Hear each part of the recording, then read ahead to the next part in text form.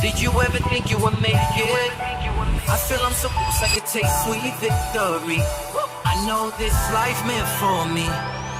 Yeah, why would you bet on Goliath when we got Bet David? Valuetainment, giving value's contagious. This world of entrepreneurs, we get no value to haters. How they run, homie, look what I become. I'm the one. All right, so look, it's Thanksgiving today. Let me start off with some disturbing news before you start your evening. Did you know 1 in 4 people still carry weight from holiday last year? Uh-oh. Did you know this is the busiest Thanksgiving ever for travel, with more than 18 million Americans taken to the skies? And if you were at the airport yesterday, let us know how ugly airports were and travel was. And did you know Americans will throw out 316 million pounds of food on Thanksgiving? And here's how it fuels. Ready for this? Mm-hmm. Climate change, folks. You throwing food away, you're messing with the climate. It's telling you the people in Antarctica are not happy with you in Alaska. You better watch out. And they also say statistics that giving thanks can make you happier and healthier. And we want to give you a thank you for being with us on Thanksgiving morning. Woke up this morning going for the walk, and I see Dylan in the back practicing. I come in, drive up to the office, doing a bunch of Monex this morning, having conversations. And then I come in thinking we have maybe a handful of stories to cover. And then Rob drops 50 stories on me here right now that we've been preparing. Let me go through some of these stories, which are kind of fun. Mark Zuckerberg, this guy who's worth a lot of money and kind of a big deal, who runs Facebook, who wrote a letter, open letter to Honorable Chairman Jim Jordan a few months ago, was with Trump yesterday at Mar-a-Lago. I don't know what they were doing. Maybe he was showing him how to use Instagram better. Maybe it's the algorithms. Maybe it's Facebook. Maybe it's how to post better edited videos. I don't know. But something tells me it was more than that. We will talk about that. To tariffs. All these folks from Mexico, president, coming out talking shit. We're not going to do this. We're not going to do that. And then Trump makes the call. Well, we had a very good call together, and it's going to be fantastic. Justin Trudeau, they can't make us do anything. And then it was it's actually going to be very interesting working together. It's going to be great. We're going to play some of those clips for you. Trump demands apology from New York Times, and we'll tell you why that is. Very interesting story there. Trump transition news live updates. Justin Trudeau, President-elect, had good talk. We'll play that clip. Tom got something to respond to that. DNC official says Harris took no responsibility for blowing billions during campaign donor call. This person says they were stunned. And by the way, imagine if you gave her millions of dollars and she failed with all the money you gave her. You believed in her. Then it's the last meeting. It's the donor meeting to come and say thank you to all the people that gave you the money and you don't show up. Like, tell me who does such a thing, right? No show, nothing at all. And yet on some lists, she's at the top of the list of candidates for 2028. And there's a person here that's aspiring to run in 2028. That something happened yesterday, which Jason Miller shared, and Tom brought it up to our attention. Hillary Clinton looks like she's planning for another run for 2028. Are you that's with her? Exciting stuff, folks. Very exciting stuff. Then Kamala Harris, gives a message on video. Meghan McCain said, "I don't understand why anyone on her team would even allow this video to be released. We're going to show it to you. It's extremely disturbing, entertaining." We can use a handful of different words like that in it, but you have to see it to believe that it's not a spoof. Nowadays, you have to think it's a deep fake. This is not a deep fake, right? This is one, their campaign has to come out and say, this is a deep fake because it's that bad after you see it. Another clip I saw, this guy on CNN uses the phrase dear, okay? Dear. He uses the phrase dear, and you should see what they do. I think his name is Leon. We'll show the clip. That you can't call a woman dear nowadays. And I posted a tweet and the commentary is super entertaining.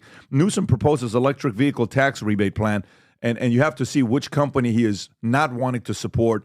And somebody asked him, well, you got 26,000 employees here that they employ. I'll just let you see the clip for yourself and tell me if it makes any sense. Tom's got a bunch of stuff. He's going to be responding to that. And then a poll comes out revealing who the Democrats and Republicans want to see run in 2028. Very interesting. Fired CBS reporter reveals that her boss has blocked her Elon Musk interview. Why would you block an Elon Musk interview? We'll share that. Israel approves a 2-month ceasefire with Hezbollah. Ex-Google CEO Eric Schmidt, the last time he said something that went viral, here's another one for you. He warns the perfect AI girlfriend could worsen loneliness for young men.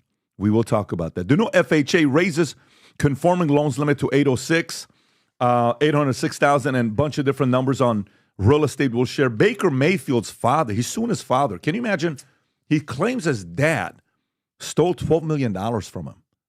Dad stole $12 million from him? Yeah, his dad stole $12. This is kind of like that comedian that his brother stole money Cook. from. Yeah, Dan Cook, 25 million, 20 million. Whatever the number was, yes. Wicked interview sparks confusion over holding space. Folks, this video, I almost don't want to share it with you because I want you to have a happy Thanksgiving. This may disturb you a little bit when you see this strange video interview. I've never seen anything like this in my life before. Sharon Stone is not happy. I remember when her and I spoke about Florida. She was not a fan of Florida. We'll talk about why Sharon's not happy. And then we got a bunch of other things you need to know about pharmacies, what's open today if something happens. We'll cover that. We'll cover Elon asking if the IRS should be deleted after agency begs for $20 billion. He asks on Twitter, and then him and Vivek toy with eliminating daylight savings time. I'm curious who on this panel is with that and who's not with it. And then Kamala Harris apparently didn't go on the Joe Rogan podcast because Trump sat down with him. And because of that, she didn't want to go on it, which is kind of very weird to think about. And then Kamala Harris calls out, Kevin O'Leary calls out Kamala, and a few other things here to share with you. But anyways, hey, today is Thursday. It's Thanksgiving. Tomorrow is Black Friday. And the reason why they call it Black Friday is because that is the first day that a lot of the retailers go into profit mode. So whatever else they make the rest of the year, hey, the name is Black Friday. Let me tell you what my code's been every year for Black Friday. Many, many years ago, it was about lining up outside of Walmart or Best Buy or Costco. I'm going to get the big TV for 50% discount. Nowadays, it's Amazon and all this other stuff. And you splurge and you splurge and you splurge, and nothing about you improved, and it's the same old, same old. Here's what we're doing for Black Friday, folks. First of all, we have a massive Black Friday sale that's going to be 50% off. There's a whole setup, 50% off hats, shirts. We have this notebook here, the Valuetainment notebook that's got the multiple different charts that we use at the Vault Conference. For some of you guys that are business owners, this is a perfect notebook for you, 50% discount. Shirts, gears, you'll see all these things, wallets, Angry Patriot stickers, even the SLS leadership event that if you attended it, it's $5,000 a ticket to $30,000 held at Mar-a-Lago. The recording is selling for $1,000. Today's discount of $497. If you go all the way to the top, Rob, we have a bundle with all the different courses combined together. It's a price point of $12,688 when you buy it independently for the entire weekend. Whether you want to improve your sales or how to be a better public speaker, how to create content that goes viral, how to have strategies to scale your business, the Vault recording, the advanced business strategy, business planning workshop, all of it that people, if they wanted to buy a ticket, they could spend $20,000, $30,000 for the ticket. Exclusive recording. This is going to be around 30 hours of recording for $997 only. Again, represent the brands you believe in. Take advantage of the brands that you want to support. I'm going around right now seeing Valuetainment gear all over the place. Future Looks Bright, USA, Angry Patriot, everywhere, which is phenomenal to see. If you got big plans for 2025, find a way to recreate yourself. And if you represent PBD Podcast, Valuetainment, how we process issues, what we do here, we're giving a 50% discount on items purely this weekend. And by the way, I'm telling you this, anybody that places an order over $500, you're probably going to get a FaceTime call from me. So me, Adam, Vinny, we may do a surprise FaceTime call tonight during Thanksgiving and talk to you and have a conversation with you, but the order needs to be $500 or more. You'll get some surprise FaceTime calls from us. Having said that, go to vtmerch.com, place the order before these things sell out, because they will this weekend. All right, let's get right into it. Now, we started off with some updates here, Thanksgiving, what it's looking like. I want to get some of my English down because sometimes, every year I want to improve my English, the words I use. English is my fifth language. I'm watching the CNN interview, and I'm getting confused, folks, on what nowadays is considered sexist, what's not. Rob, if you don't mind, just go to Twitter, because I want to show the exchange on Twitter where I'm also showing the response. So this guy is on CNN, okay? And he calls this lady dear. And you should see the reaction. I think the host name, I try to look her up. Her name is Abby Phillips or Abby Phillips. We'll look her up right now to see what it is. Just watch this and you tell me if you're offended by this phrase, dear, Rob, if you can also, after this is up, run a poll. I want to know. I want to get better with my English. Go ahead and play this clip, Rob. Go for it. Audio, Rob. We can't hear anything unless if I'm deaf. Go back up a little bit, please. Yeah, go ahead. Just to be clear, this investigation began under... Rob, it's so low. What's the story there, Rob? The bottom line is the DOJ... It might be on the guys in the back. Guys, in the back. can you guys raise the audio on the video? Go ahead and play it again. Just to be clear... Run it back, guys. Run it back. All right, let's see what's going to happen here. Okay, and all during... Just try to do your best to hear it. The DOJ said there's nothing there. No, they That's... didn't. Yes, said, they did. They said they didn't have enough to indict. That shouldn't be No, the it's standard. a charge, dear. Okay, no, dear. no, yes. Excuse me. Oh, well, thank you for the misogyny. Okay. Misogyny. I'm just going to stop it right here. Watch. We're not going to get off on a wrong foot. Please do not address a grown woman as dear. What? In a condescending tone. Do not do that at my table. Pause it right there. Do me a favor. Go to the comment section. Go to the comment section. So I asked the question, right? I asked the question. I said, go to the top, Rob, and I said, is this a joke? Since when does calling someone dear considered sexist? This is exactly why CNN keeps losing common sense viewers. Go a little lower. A lady responds, and she says, since at least the early 2000s, she says. And I respond back respectfully, thanks, dear. And then she responds back again, Rob. You have to show this. Show replies.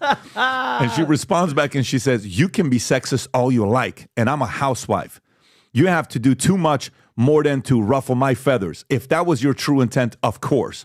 Then I said, dear Jenna, I have tremendous respect for housewives. It's a tough job, and I applaud you for it. Respectfully, PBD. I mean, what other way do you respond back in an email? Hey, dear Vinny, Dear. I love you. I respect you. Tom, your English here is better than everybody else. You drop some big words sometimes. I'd say second is Adam. Your I'm vernacular definitely is last. amazing. Yes. When did the phrase dear become disrespectful? It didn't, and it never has. It's people that choose to find new ways to say I'm offended as a means to control dialogue and to push people into corners. That's all that's going on. She knew he was not being condescending. That was a fairly civil discourse. They were getting into it a little bit. They weren't yelling. They weren't interrupting. Not yet. And the guy just goes, okay, dear, you know, and he was not like getting it. It's not condescending. You have emails I get emails unsolicited from people I don't know. Dear Tom, you know, you send an email to someone that you respond to, somebody's getting upset on Connect, and I'll respond to them on text and I say, dear Jane, dear Fred, it's a common thing. It's almost like saying hi and hello, and it's like a salutation. It's a friendly salutation. Now, was he using it perfectly that way? Probably not, but it's not negative. It's not negative. They're choosing to be offended. Now, if she wants somebody to rev up, and he wants to turn to her and just really heat it up and say, oh, go knock it off, bitch. Is that what she wants? That's something for her to Is that what she wants? Is that what they want? Do they really want to get down? Okay. But I think I'm trying to get down. I think she's pretending to be offended, finding new ways to be offended. That's what the pronouns is all about. You're not addressing me by my pronouns. You're offending me. It's all this feigned offense. I mean, but the thing is, this lady, Abby, Rob, can you pull up? Let's see who this Abby Phillips person is. She's a new angry person. Can at you go to CNN. Abby? Let's see your background, okay?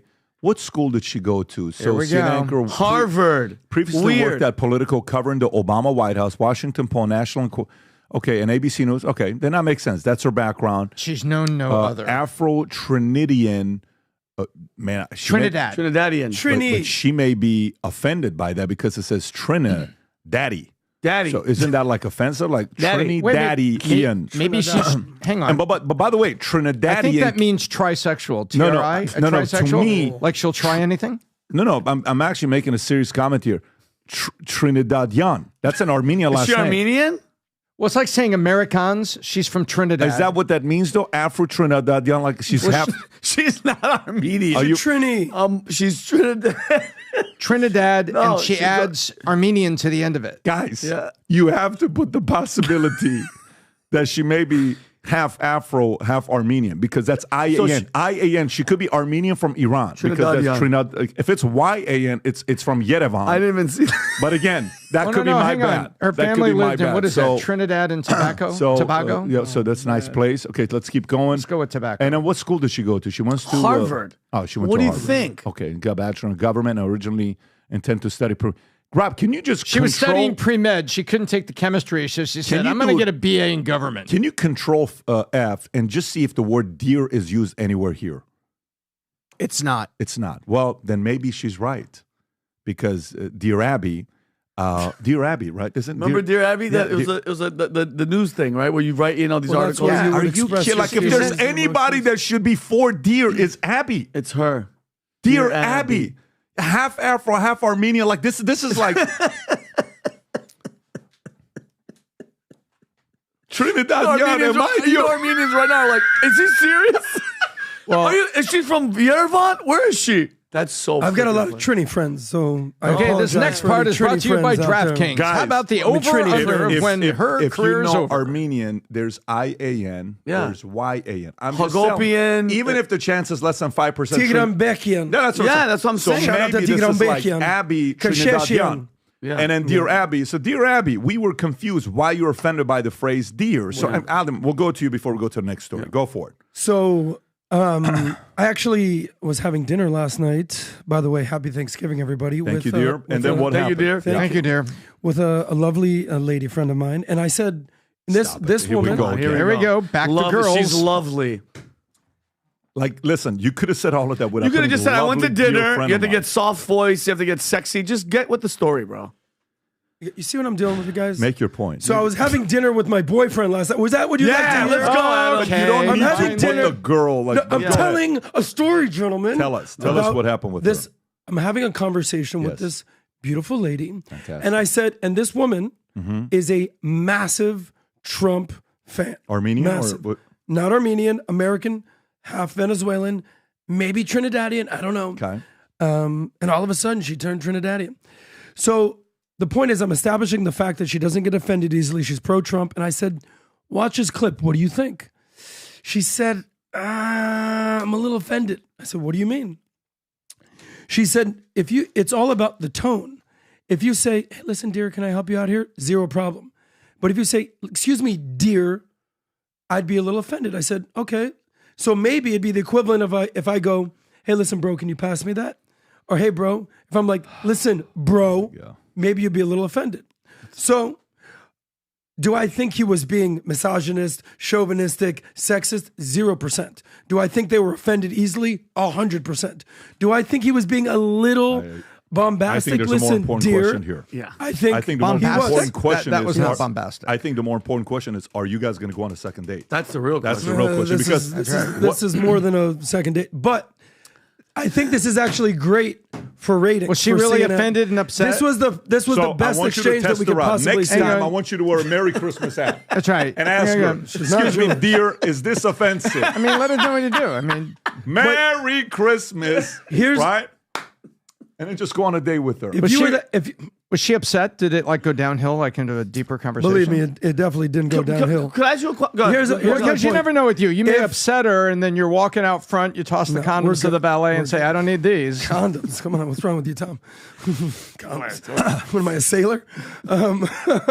But if you're that guy, you need a clap back, dude. He sat there as if he was getting lectured by Abby. Oh my God. Well, he knows that he'll never be on the show I'd be again. like, listen, I told her what I needed to tell her, and you shut your mouth also, dear. That's what I would have done. Boom, ratings. If that guy was actually legit, he would have clapped He's back. a good guy. By the way, he's been a What do you Trump mean? advisor since 2016. Yeah. Oh, that's why they're This going- is not Actually, a regular I guy. agree This with is an Adam on that. experienced guy. However, Listen, no. Listen, what I'm Hoss, saying is, listen, Hoss. First of Go all, ahead, sir. first of all, the point is this, okay? The power of that is the fear of not being invited back, okay? The fear of not being invited back by CNN. The part about Scott Jennings that makes him a star right now is what? He claps. By the way, the guy that Dear Abby Phillips said, hey, don't say anything about, because he said the whole thing with common sense with men competing in a female women's sports, and it's like, I don't want you to say anything about the LGBT. And he goes like, I don't know if you remember that one clip. Yeah. And it's like, well, please, you have to respect his position. Yeah. He said, well, I know I'm being attacked here. At least he said that I'm being attacked. He is. So you're defending a position, and he came back, and they kept attacking him nonstop. Him, Scott Jennings, I think if our brother here, who's a Trump advisor watching, do you walk off the set, Pat? Do you? If that happened, hold on. No, I ask you to. I want you to ask me to leave. Okay. I want you to be uncomfortable. What do you Yes. mean walk Right. off the set? I'd be like, Yes. You got to stop the interview. And you got to be like, I'm sorry, excuse me. I'm going to keep saying, dear Abby, please. Yeah, good. That's what I'm Respectfully. saying. Me too. Sweetheart, honey. Honey, baby. What else? Pumpkin. Where do you want me to go with this thing, kid? Yeah, Okay? yeah. Where do you want me to go? Do you want honey, pumpkin, all this Yeah, stuff? what? We used to have one person in our office that every time she would, by the way, this is me. I'm a literal guy, and she would say pumpkin. To you. I'm from freaking Middle East. We don't do Halloween. I'm like, if you call me pumpkin one more time, I swear to God, right? It's a wrap. You can call me Patrick, Pat. That's it. Yeah. Pumpkin, cross the line. That's a ridiculous. That's a ridiculous Yeah. because that's derogatory. Yeah. Hey, apple pie. Yeah. Hey, So, you wanna- anyways, but look, I don't want to get pissed off right now. I want to get to the next All right, story go here, ahead, guys. Snookums. Let's go to the next story. Whatever. This is a little bit frustrating, Sir. but let's Sir. go to a more. Sorry. Let's go to a little bit more of a good vibe type of a video where it is Thanksgiving. People are going to have some drinks tonight. A lot of people, they are. I know, Vinny, you're not. I'm not. But some people are going to have some alcohol. They're going to spend time with Jack. Jim Rob already knew he went to talking about having a drink and starting early. Here is former presidential candidate Kamala'a in Hawaii. This is not a deep fake, folks. I will tell you, if your kids are watching this, earmuffs, have them close their eyes. They should not watch this. This is not good for kids. It's just as bad as watching a love scene in a movie, and it completely shocks you. So pump the brakes, close your eyes. But for adults, brace for impact. Go ahead. Here's dear Kamala'a. Go ahead. I just have to remind you, don't you ever let anybody take your power from you. I won't do it. You have the same power that you did before November 5th. I appreciate you. And you have the same purpose Yes. that you did. Mm-hmm. And you have the same Boobs. ability to engage and inspire. Her neck is So 30 years older don't than ever her let face. anybody or any circumstance take your power from you.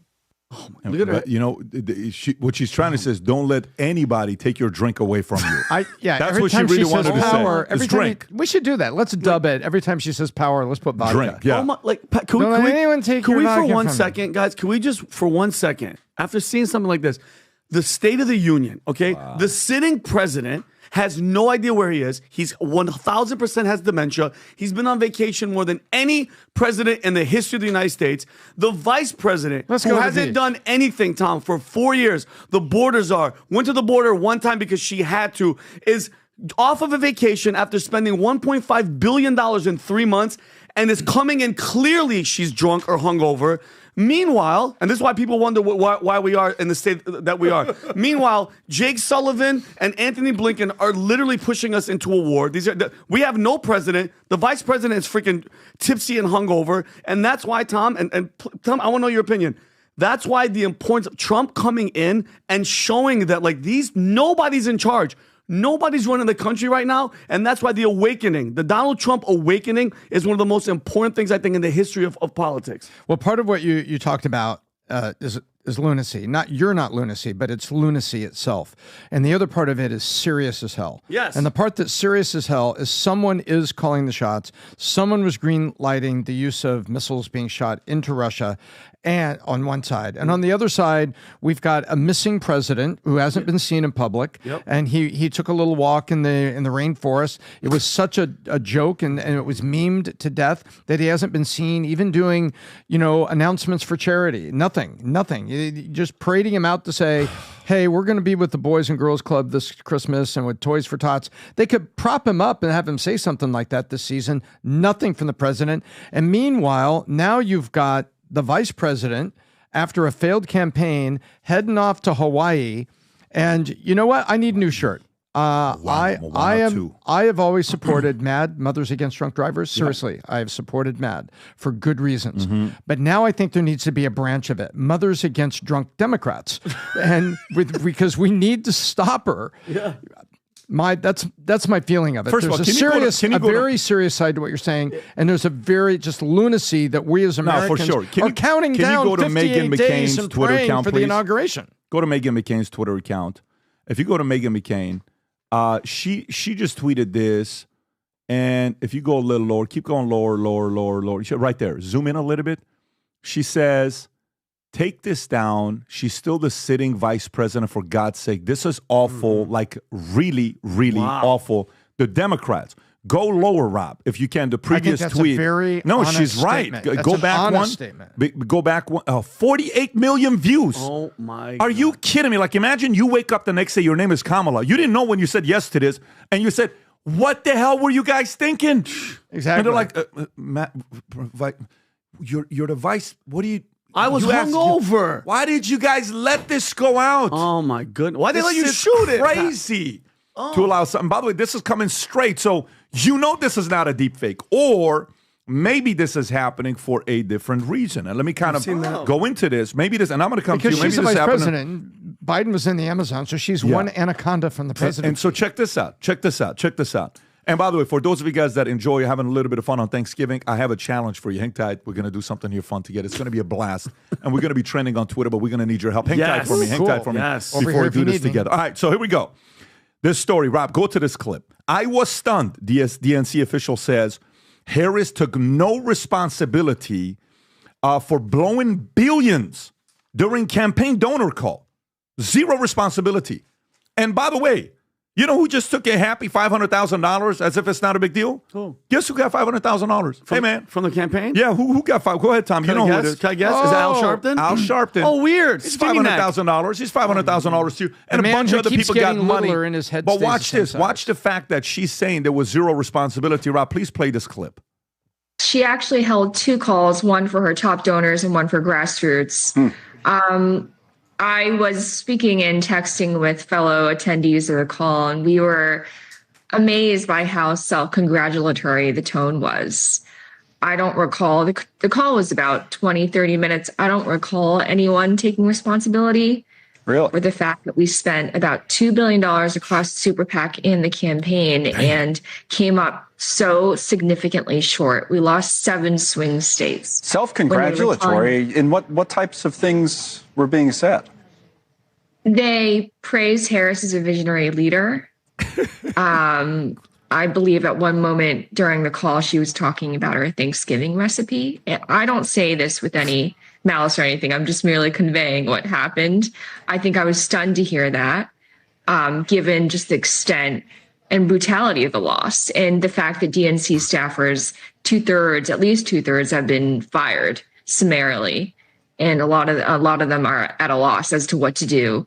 I'm just frankly stunned that there was no sort of postmortem or an analysis of how we can do better, what sort of lessons were learned.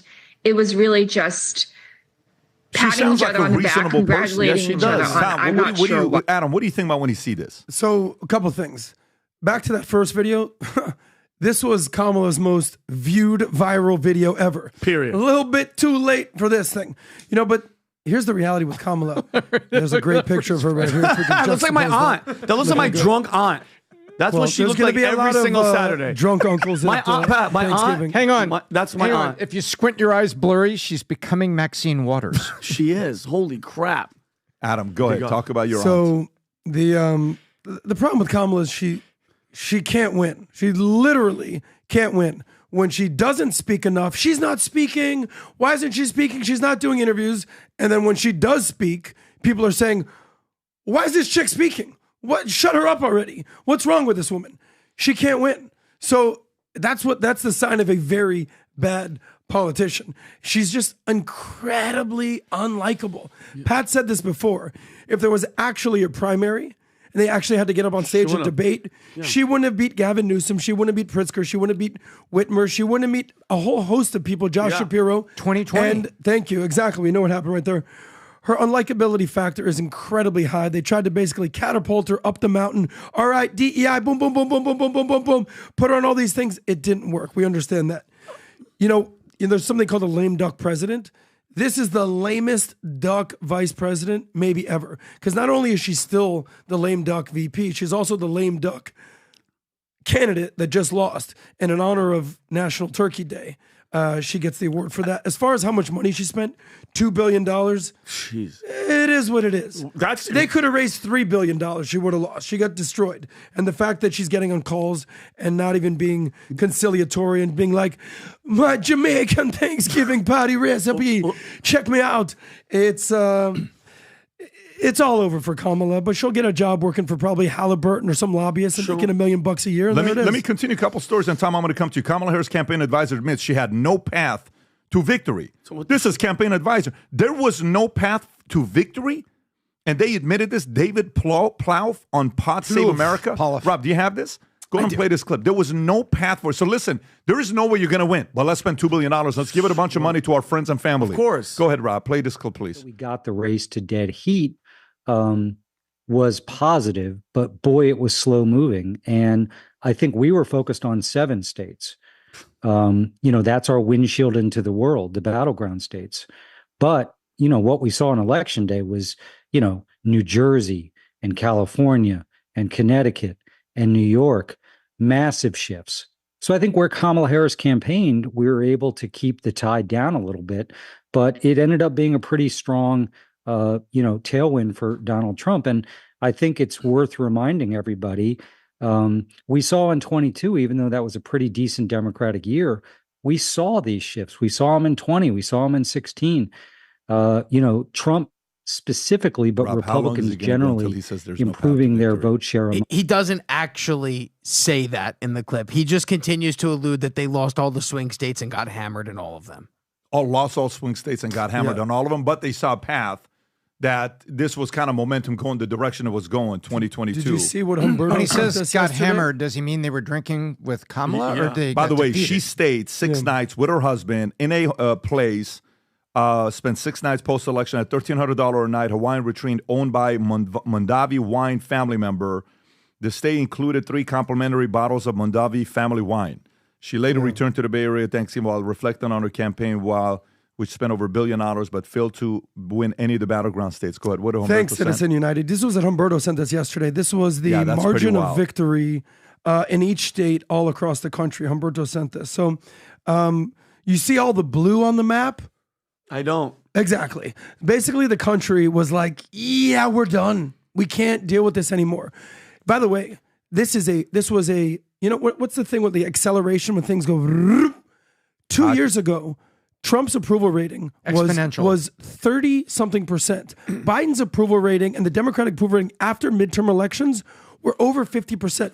The country after midterms, when the red wave was going to happen, was like, yeah, we're done with this MAGA stuff. If you would have told the general person 2 years ago, after the midterm elections, oh, by the way, Trump's going to win and the entire country's going red, any normal, sensible person would be like, what are you talking about? Yeah. But over the last 2 years, with the DEI stuff, with the woke stuff, with our friend Dylan Mulvaney, all this not knowing the difference between a man and a woman, all the weaponization of justice, everything added up to the entire country going red. Watch this. Okay, Florida got a little bit redder. DeSantis, we get it. Texas. 14.3 Look at California and look at New York and New Jersey. Bleeding. Are you freaking kidding me? Over here, already got over. By the way, you got to explain what this means. This means which states got bluer, which states got redder. Guys, America got redder. Yes. Even Across Hawaii, the even board. D.C. That is not one state got bluer. Hey, tough guy. Hey, take it easy, D. I'm from Let me Yonkers. talk for a second. But Adam, and you nailed it. So $2 billion, and let's address the first point, because Rob talked about this yesterday on The Unusuals.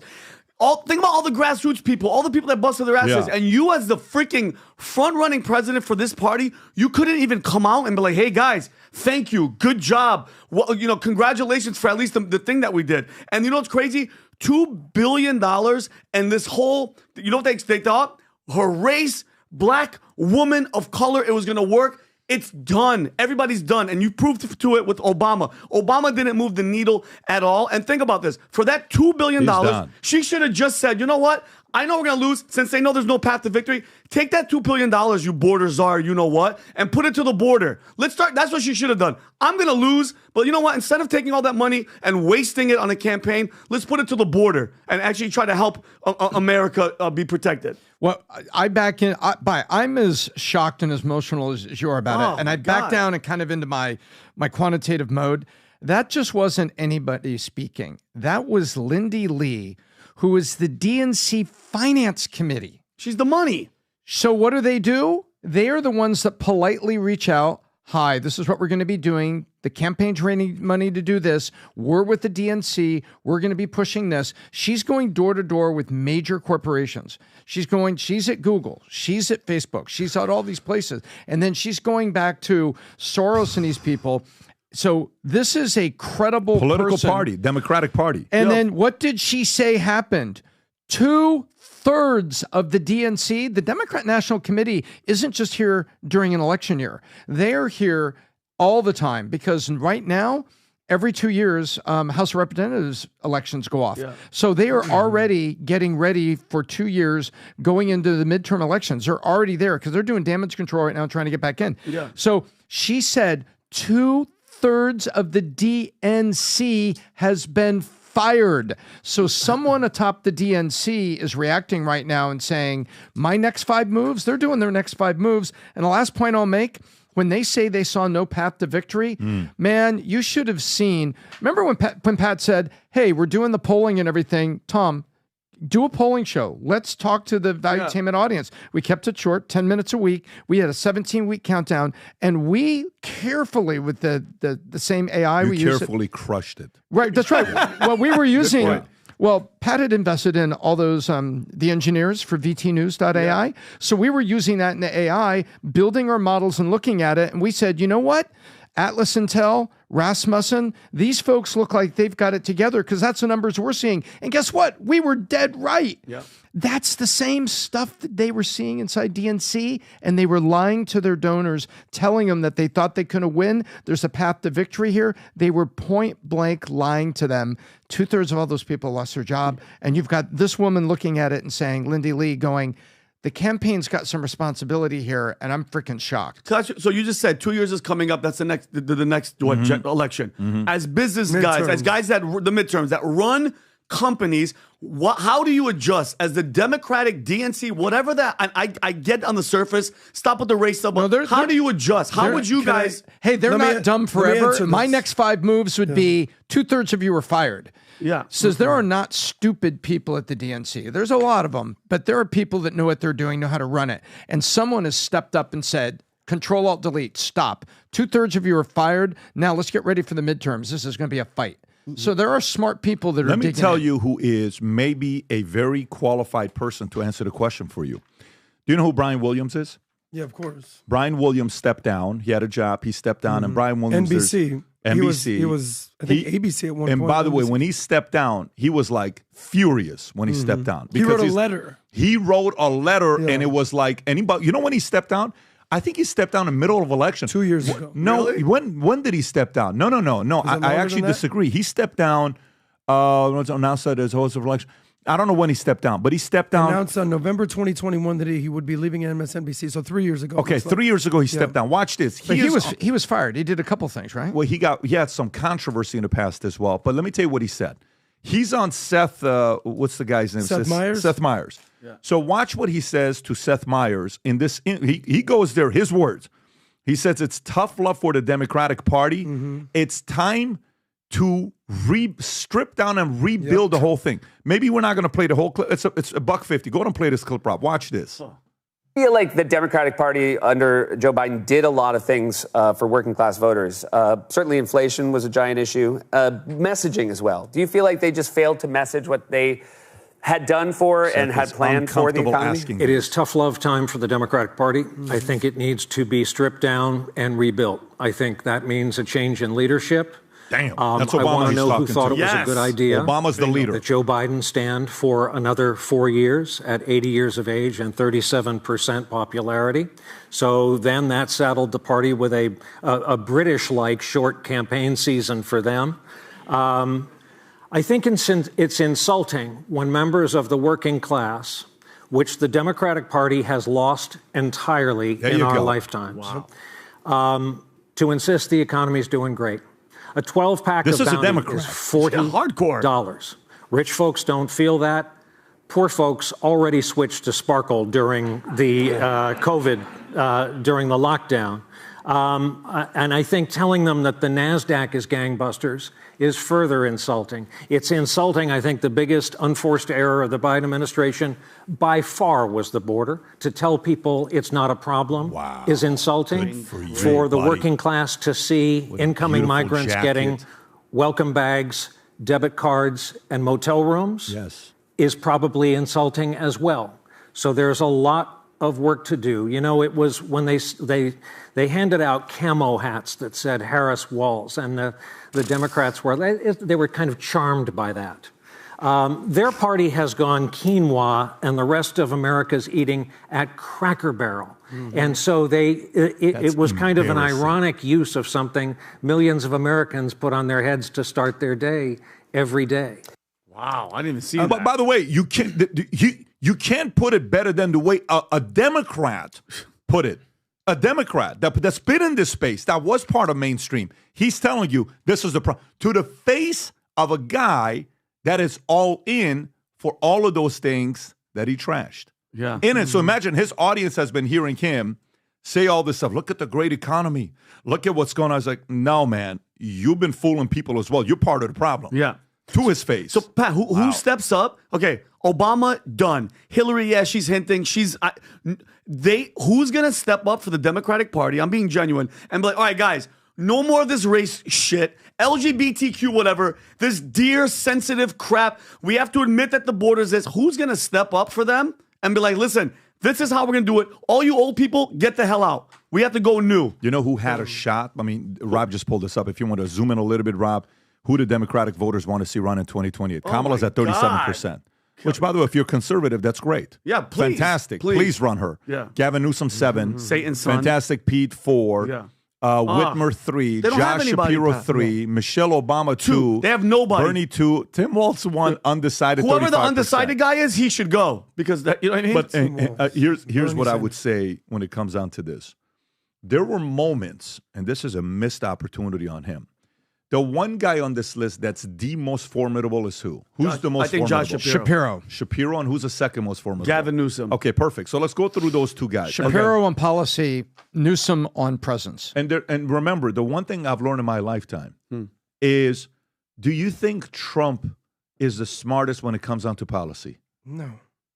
Out of all them, I think. Out of all the Republican candidates, He is 2016, definitely not the smartest. who is the on most policy. qualified lawyer, military, policy, worked in Congress, worked as a Senate, worked as a governor, ran as a state, knows the swamp? Is he the most qualified? The answer is he is not the most qualified. No. He's the best marketer, and he conveys you won't like the the message name, the but best. the one who's probably Ted Cruz. is Ted Ted Cruz. Ted Cruz. If you take away how he says it and how he upsets people, and you were just to look at, if he wrote it down and you read it, you would say whoever wrote this paper here is the guy. I'm with you. But guess what my point is? You know what we've learned? Market doesn't care who's the smartest. Yeah, you're right. No, I'm telling you. You're right. Market doesn't care who's sitting. The market's like, who do I think is going to get the job done? Period. We're so much like, you want to, like, I remember one time I went to one of my guys is like, hey, you want to meet the smartest guy that knows every single word in the Bible? I'm like, what are you talking about? He says, you give him any scripture, he's going to tell you exactly what it is. He's memorized the entire Old and New Testament. I said, get out of here. He says, no, you got to come to Sunday Seaman service. I go to his service. There's less than 100 people in this guy's church. He's been doing it for 20 years. And I said, wait a minute. This is the guy? He says, yeah. He says, you want to meet him afterwards? Ask him any question. I said, yeah. Afterwards, we'll meet him. I'm like, what about this? And what about that? Boom, boom, boom. Just random. You open up the Bible, tell him Deuteronomy. Not stuff like Proverbs, whatever. Yeah. He's got it. And I walk away now. You know what I asked the guy? I said, if he knows so much about the Bible, how come no one comes to his church? He's been doing this for 20 years. Because he doesn't know how to baptize. He doesn't know how to deliver the message. Yeah. Newsom knows how to deliver the message. Newsom showed signs of going to the center a little bit. Remember when Tom would say, here's another opportunity. Here's another chance that he's shown that he's going to center. He's doing this. He's doing that. And then what does he do? He fumbles it again. Look at this here. Newsom proposes electric vehicle tax rebate plan. Make up your mind. Do you want us to drive electric or gas? What is the incentive? Tell us. Okay, I'm going to read this, Rob, and then you can play the clip. Newsom has proposed a new electric vehicle rebate program that may exclude Tesla, a move that has drawn ire from CEO Elon Musk. The initiative aims to revitalize the state's clean vehicle rebate program, which was phased out in 2023, and as a response to President-elect Donald Trump's plans to eliminate federal tax credits for EVs. Musk criticized the proposal as insane, highlighting that Tesla is the only electric vehicle manufacturer in California and previously received a significant portion of state rebates.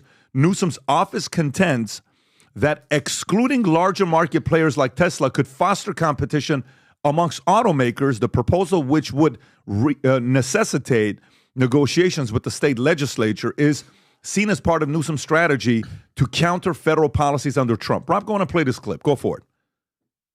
Watch this here. Tesla's electric vehicles would likely not qualify for California's new state tax credits. That's under a proposal in the works if President-elect Donald Trump scraps the credit for EV purchases. The update came from the state's Governor Gavin Newsom's office on Monday. It prompted Tesla shares to close down 4% and fall another 1.2% in after-hours trading. Reuters reported this month that Trump's transition team is considering eliminating the federal tax credit of $7,500 for EV sales. Tesla CEO Elon Musk, a close Trump advisor, sharply criticized the idea of barring the automaker from EV subsidies. He wrote on X in response, "Even though Tesla is the only company who manufactures their EVs in California, this is insane." The state faces financial headwinds with an estimated $2 billion budget deficit next year. EVs account for 22% of California's car sales. But Musk and Newsom have clashed over a number of state policies. These include the shutting of a Tesla factory during the pandemic and California's approval of a bill on transgender children. In 2021, Tesla moved its headquarters from California to Texas. Musk said this year that his other companies, such as SpaceX and social media platform X, will follow suit. Can you imagine that? You can pause it right there. By the way, 56% of new EV sales in California last quarter, according to Bloomberg, were all what? Tesla. 56%, and you're doing something like this, Tom. What are your thoughts on this here? Well, first of all, let's just look at the facts before I go off. So Newsom's office says excluding larger market players like Tesla. No, excluding Tesla could foster competition among automakers. But wait a minute. No other EV manufacturers make anything in California. So because you're having a hissy fit over Elon Musk and you're going to do this, you're going to cause others to compete with Tesla. But there's 27,000 Californians employed by Tesla, including 22,000 at the factory in Fremont. Let me pronounce Fremont. San Francisco Bay Area. So it's the most liberal of the liberal areas of the state, and you have 22,000 Californians that work there. Meanwhile, your governor is going to say there needs to be more competition. And if there's more competition and it's successful, some of those people could get laid off. Isn't that shocking? So I look at that and I'm like, what are you doing?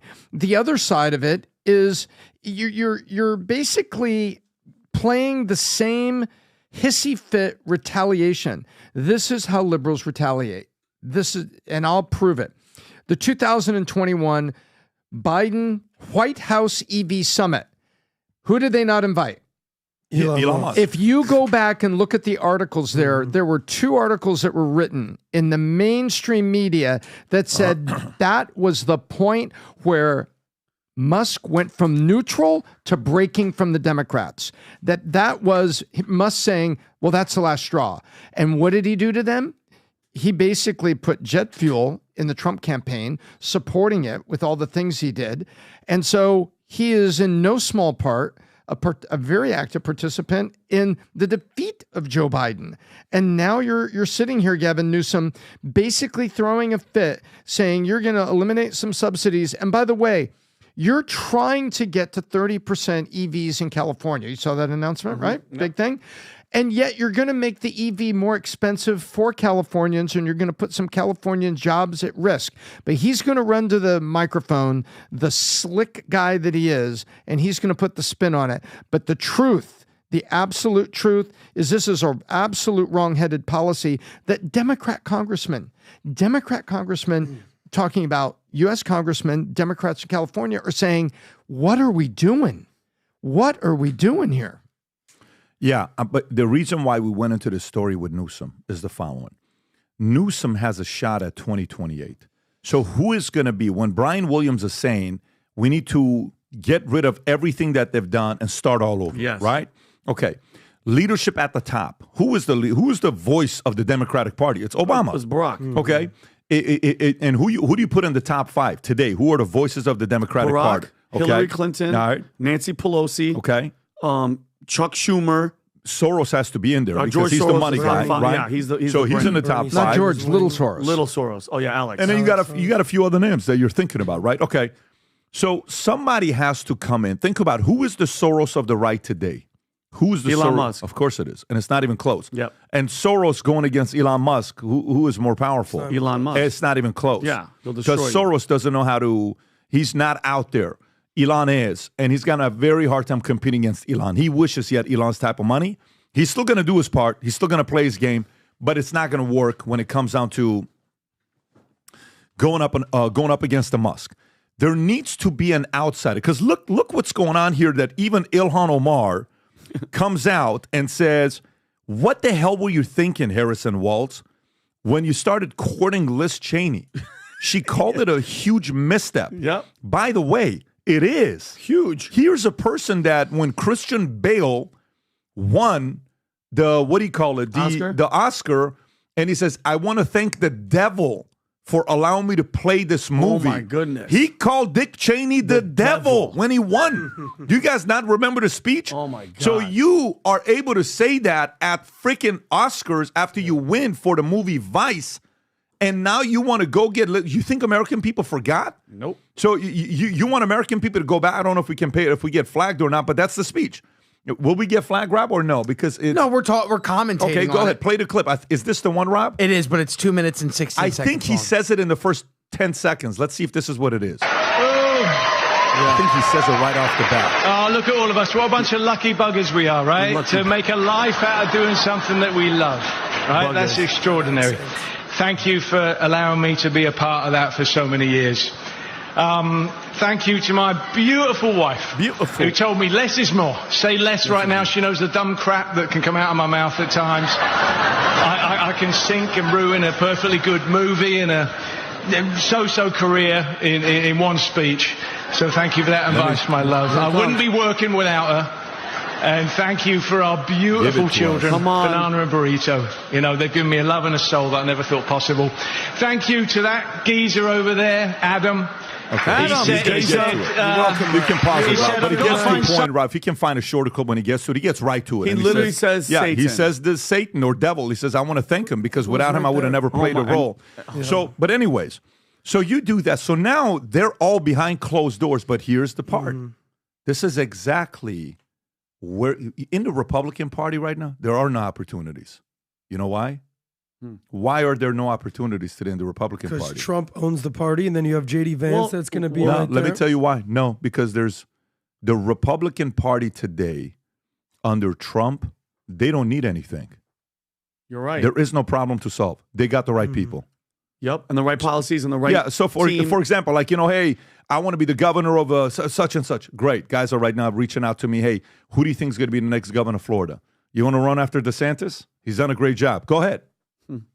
What are you going to solve? Tell me what he's done that you're going to do better than DeSantis. Go ahead. Yeah. You understand what I'm saying? Like, you got flipped 1.5 million votes. Or the next senator, because Marco Rubio's there seat is up. there's more opportunities on the Democratic Party right now than the Republican Party. Because under the Republican Party, you can't be an outsider and say, you see, the reason why Trump didn't win is because of that. You don't have that ability. It's done. There is no argument. So many establishment Republicans were waiting for him to lose to say, this is why our way. And if you guys would have listened to us, right? Guess what? The Democratic Party has that opportunity.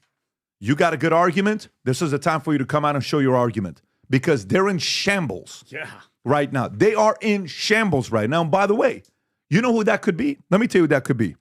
That could be a common sense outsider that has a lot of money. That could be a common sense outsider with a lot of wealth, a lot of finances who can come in and say, look, guys, if you guys want to go this route, I'm not with it. If you guys want to go this crazy, I'm not with it. If you guys want to go and, transgender puberty blocker, I'm not with it. If I'm for this, I'm for boom, boom, boom, boom. Okay? If you're for boom, boom, boom, boom, I'm in. If not, I'm out. So this is the problem. Rogan's doing a podcast, I think yesterday. He's talking to Mark Andreessen, and he tells Mark, he says, hey, they keep talking about they got to go find their next Joe Rogan on the left. Joe says, you had him. I was with you. You lost me. What do you mean go find a Joe Rogan on the left? I was you. And now you're asking him, is this the one, Rob? No, hang on. I'm looking. You'll see it. You'll see it. Where it's like, you had me, and now you want to go out there and say you're going to find the next Joe Rogan? Now they got to go build the next Joe Rogan on, who is it, Alice Cooper? Alice Cooper's not Joe Rogan? No. Is that her name, by the way? I won't say correctly. I don't want to. Alex Cooper. Alex Cooper. It's not. There's Call her daddy. no IAN at the end, right? So Alex Cooper. Yeah, so No. Alex She's Cooper. not Armenian. Alex Cooper Young, right? So Alex Cooper, you think she's going to be the next Rogan? Who's going to be the next Rogan on the left? And by the way, what is the next Rogan? You know what is the next Rogan? Yesterday, I'm talking to Kevin McCarthy, and we're having a conversation about a book. He's always such a big reader, so he's always like, we share books with each other. He says in the book, Think Again. You know what's the concept about the book, Think Again? It's like, it's okay to be wrong and think again. Yes. I think it's by the guy Adam Grant. He wrote another book called Originals, which I freaking love. It's like, hey, and by the way, this guy's a liberal himself, the author, but it's okay. So if the Democrats can't think again and you're stubborn to your old policies that you can't let go, guess what? You may be destroyed for many, many, many years to come because right now they have these predictions, Rob. I don't know which page it's at, if you can help me out, that says the picks of the left and the right of president for 2028. And they have the favorites. It's on one of these pages. I just looked. Oh, there it is. It's on page 7. Poll reveals who Democrats and Republicans want to run in 2028. Here's a poll showing the left and the right. Is this the one on the left? Yes. Okay, so we just showed that. Can you go to the one on the right? Look at the one on the right. If you got it, that'd be great to show it. Here's the one on the right. Look at that. Boom. Look at that. It's not even close. JD's 30. Ron is 5. Vivek 3. Haley 2. RFK is now considered a Republican. Wow. Tulsi 1. 51% undecided, right? So you go to JD. Okay. Trump goes the way he's going. By the way, you guys remember when I said pre-election, it's Trump 1, then everybody else? I said post-election, enemy of the state number 1 is going to be who? Musk, then JD, then Trump, and everyone else. It's already happening. You know what stories are circulating right now? Let me tell you what stories are circulating right now.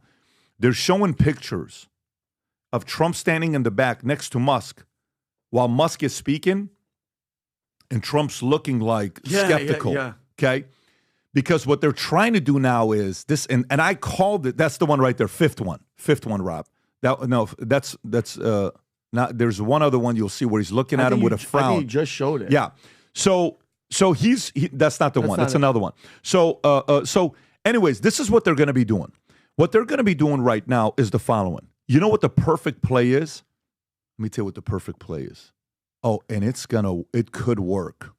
I hope it doesn't work, but it could work. What I love about what Musk said is, I don't want any credit. I don't want any awards. I don't want any money. I just want to make America great. I don't want nothing. It's a beautiful thing because sometimes they say the best CIA agents. When I interviewed this lady who was a CIA agent of 2020, or Jonah Mendez, I said, what makes for a great CIA agent? Do you remember her answer? No. She said, somebody that's a great salesperson, great negotiator, extremely charming, extremely charismatic, hardworking, phenomenal at everything they do. But when they meet somebody, they don't go and brag about who they met and post a picture all over social media and tag it. Oh, look who I am, right? They are willing. They saved the free world, and they don't want the credit for it. That's the right CIA agent, right? Sometimes that makes for somebody that's a good right-hand guy, a good running mate, somebody that is not like looking for that credit. Elon Musk is showing that. I'm the richest man in the world, and I want nothing from you, Trump. But they're going to do the following. And I'm telling you, it could work effectively. if it gets under Trump's skin. And here's what it is. 40 laws of power, law number 1, Rob. Can you go to 40 laws of power, law number 1? Do you know what law number 1 is? Never outshine Don't the master. outshine. Never outshine the master. Law number 1, never outshine the master. For the next 4 years, nobody can outshine Trump. And I mean nobody. If anything happens and credit is given and they spin it, this is how they do it. You ready? Elon Musk is Trump's puppet master. Mm-hmm. That's what they're going to do. That's coming soon. Guy connected me yesterday. He says, everything you said about Zuckerberg, he says, you and Trump are time travelers. You guys are like, you're predicting all this stuff. And it was a funny thing that he's saying. But I know they have to create that friction between those two. Mm-hmm. It's not even JD right now. They'll do JD in year 3, 4. Mm-hmm. But they have to do Musk right now. Year 1, year 2.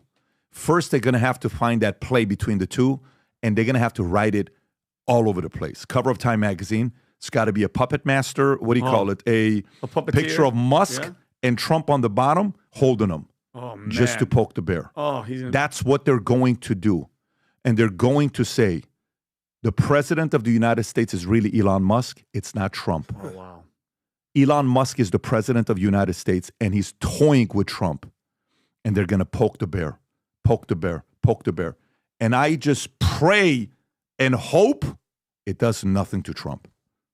I pray and hope when that comment is made, Musk attacks whoever wrote it, because they're going to do it. It is coming. Whenever you go up against a divisive community who, there's 2 types of people who win in life, Vinny. It's very weird. They compete in a very different way. The one type that wins is the guy that's willing to go to work, solve the problem, recruit the people, raise the money, be patiently aggressive. Eventually, boom, we win. Yes. And look at what we've built. But the opposition is the one that wins by preventing you from winning, spreading rumors, spreading disinformation, throwing you under the bus, propaganda, pinning you against your people, internally getting in a web and using phrases like, you see, you never get credit. Everyone's this. You know, without you, Trump would have never won. You're the reason why he won Pennsylvania. You're the reason why this. If you would have done that, do you realize that you're the person that may pull this off? Do you realize that you were the one that... That's how they play. And by the way, sometimes this is more effective short-term. This is effective long-term, but this is effective short-term. Look what happened when he's like, yeah, they got me for 6 years. Russia collusion. Who else did they get? For 6 years. But guess what? It was effective enough to not win in 2020. Yep. It was effective enough when 51 CIA secret intelligence officers said there's nothing in that laptop. It worked. It's effective to say, hey, Dorsey, don't post that story up from New York Post. It worked. These guys are great at winning short-term. But they ruin marriages. They ruin incredible alliances. They destroyed great relationships. They destroyed great empires. This movie that came out, Gladiator 2, Denzel plays the villain who goes and divides the 2 brothers, helps one brother kill the other brother. That's the story. Short term, he wins. Long term, listen, it's fine long term, but this is only a 4-year, term. And in 4 years, you're going to, I'm convinced this image I just told you is coming very soon. Wow. I'm convinced. They're going to play this card very soon. I already see it. And so the fact that it's out there, I hope people are talking about this, where they're going to play this card. And I just hope Trump's folks are preparing for this. They're going to do it. They're going to do it. And then if it's across the board with everybody, Time, CNN, MSNBC, Politico, Vanity Fair, every one of them is playing to this card. 40 laws of power, law number 1. Never outshine the master. And I'm convinced the person that's going to prevent this from happening is Musk. Because Musk doesn't care to get the credit. Musk is a true believer. Mm-hmm. Musk, I believe, is doing it because he really believes in something. Or else, how much more money do you need? Yeah. If it was anybody else, I think it could work. I don't think it could work just because I think it's Musk. Just because I think Musk is a natural organic flag carrier. Do you understand what I'm saying with this whole 100%. messaging? So for me, that's why I said an outsider in the Democratic Party could come in, But that person needs to come in and say, hey, Obama, let's face it. You've lost credibility. We're still going to need you, but this is not working, the stuff we're pitching. And someone that everybody in that room respects and fears, that has money and clout. Who that is, I don't know. I don't know who that is. But it's got to be somebody that's respected, fear with clout to do it. Or else the other side's going to be sweeping for potentially 12 years. 12 years. JD 2 terms, Trump 1 term. We could be looking at till 2038 a Republican White House in America. Yeah. So Can I give you some validity to that? Yeah, of course. So this whole conversation started off with Vinny's question of what's going to happen to the Democratic Party? How are they going to rebuild this? I've been thinking about this. I've been sort of sitting on this. It's not going to just be a little bit of change. It's not a good amount of change. It's going to take a radical amount of change. It makes me think of the story of a PBD in 2003, 2004, where you said, I think it was when your dad had a heart attack. By the way, love you, Papa. Happy Thanksgiving. You said, I'm done. Don't call me to go to the club anymore. I'm not drinking. I'm reading. I'm not listening to the radio anymore. I'm not going on dates. You went 18 months without sex. Unbelievable. 17 months. Okay, sorry about that. You know, I try to give you a little extra credit right there. But you had to make... I remember. PBD, okay? You offended? We're good? And I just feel bad. Radical. Go ahead. I feel bad for the girl who got the 18 months. Yeah, she's still in the hospital. Yeah. But it took a radical amount of change. Think about this. The last time the Democrats were in this position, ready? You talked about 12 years. Think about what happened in 1980. Reagan shows up. It's Pat's favorite president ever, Jimmy Carter. Sweetheart. 12 years Democrats controlled the country. 2 terms of Reagan. He comes in 1980. 1984, he blows out Walter Mondale. I think it was 49-1. The only state they won was Tim Walz's favorite state, Minnesota, Walter Mondale. Electoral College landslide, 525-13 blowout. 12 years of Republicans. And then Bill Clinton shows up. And if not for Ross Perot showing up, talking about the flat tax, then George W. Bush, H.W. Bush, he might have won that presidency. Yeah. Who's the one person that George Bush Sr. will not talk about? He won't talk about Ross Perot. Bill Clinton shows up, boom, balances the budget. But the Democratic Party is going to have a radical transformation. They're going to have to take a long look in the mirror. How do you lose the unions, bro? How do you lose the Teamsters? These guys are in bed with the Democrats forever. The Teamsters, the UAW, the unions, who did they endorse this year? Nobody. They're saying, no, we're not playing this game this year. Common sense, and being reasonable, right? So enough with the racist, and not everything is misogynist, the DEI, the woke stuff. Brian Williams, you talked about that guy, seems pretty reasonable, seems pretty common sense. I would call that guy a JFK Democrat, maybe even a Clinton Democrat. A guy like that's looking at the modern Democratic Party and being like, what the hell is going on here? But there's going to have to be massive upheaval. Why? Because unlike 1992, the universities are woker than ever. The social media companies are woker than ever. The lamestream media, woker than ever. Hollywood, woker than ever. You see, speaking of Hollywood, you saw what Sharon Stone said about basically how Americans are just uneducated. They're idiots. Out of touch. Not give a shout out to Hall & Oates. But the most out of touch there is what you're talking about with Gavin Newsom, just to kind of put a ribbon on this thing. How when Biden didn't invite Elon Musk to the White House for the EV summit, hello? That's like, hey guys, we're going to have all the best players in all of sports show up today. You don't invite Patrick Mahomes. You don't invite Messi. You don't invite Luka. You don't invite LeBron. Ohtani, sorry, your invite got sent to Japan. My bad. Aaron Judge. How do you leave Elon Musk out of anything that has to do with EV? It's double down. But by the way, you do it intentionally. You have a point. A Ross Perot type of person has to come out. A Ross Perot, but my concern is they've lost them all. Well, they got Mark Cuban. They've lost, and Mark Cuban's not the guy. He showed he's not sexist comments. What's the not word? good. There's a word that he's missing something.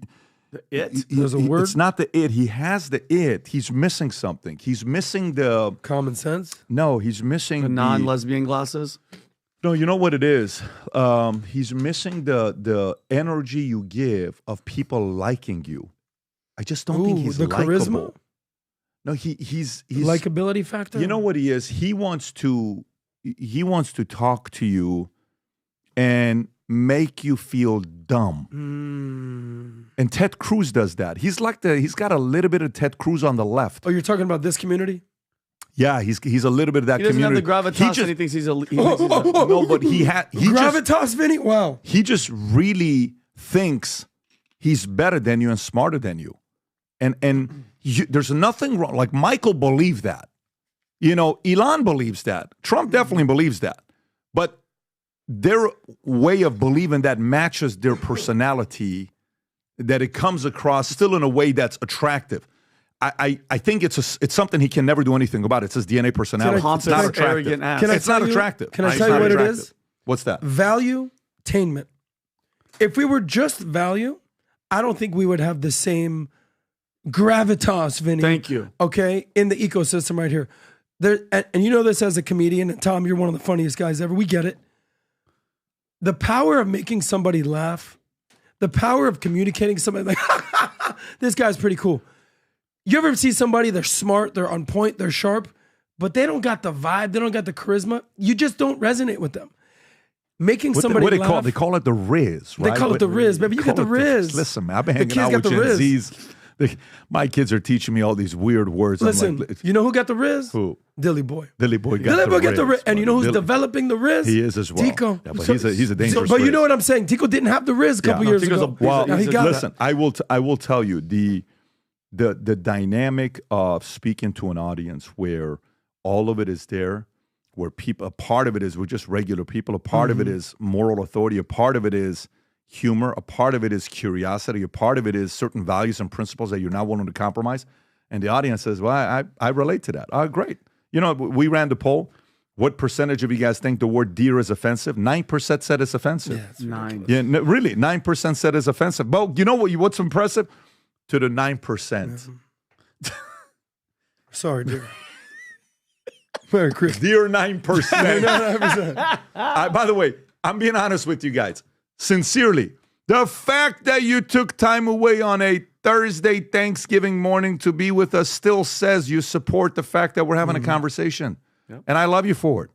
Sincerely. I got a message. Somebody sent me a message that says, I cannot believe that was the shittiest I said, listen, don't you love the fact that you can message me on Connect and pay for it, and I have to respond back, and it allows you to talk shit to me directly? Don't you love that exists for you on Connect? Says yes. We started laughing, having a good time. Exchange this morning, going back and forth. But Vinny, I think you want to say something. Yeah. So, and this is going into that wedge that you were talking about with Trump and then Elon. And I know this is a story that you have, Pat. The Mark Zuckerberg going to Mar-a-Lago yesterday. I saw something, and then I saw a clip where he's talking, Tom, and Elon's like, somebody's like, hey, you think you can fight him? Elon, I have never seen, he's like, I will beat his ass any day, anytime, whenever you want. So I think him going there, and I guess it was, is it Jim Miller?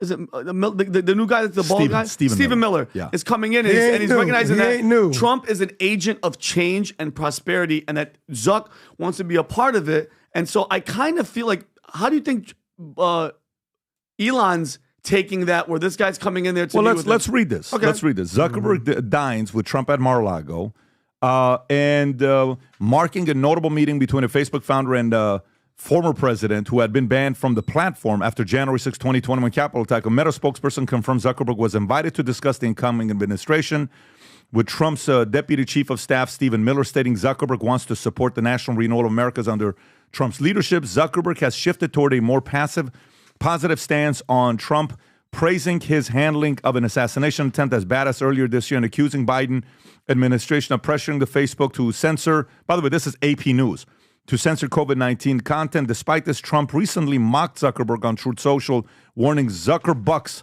be careful, while referencing election fraud claims. Okay, so this is a couple things here to be thinking about.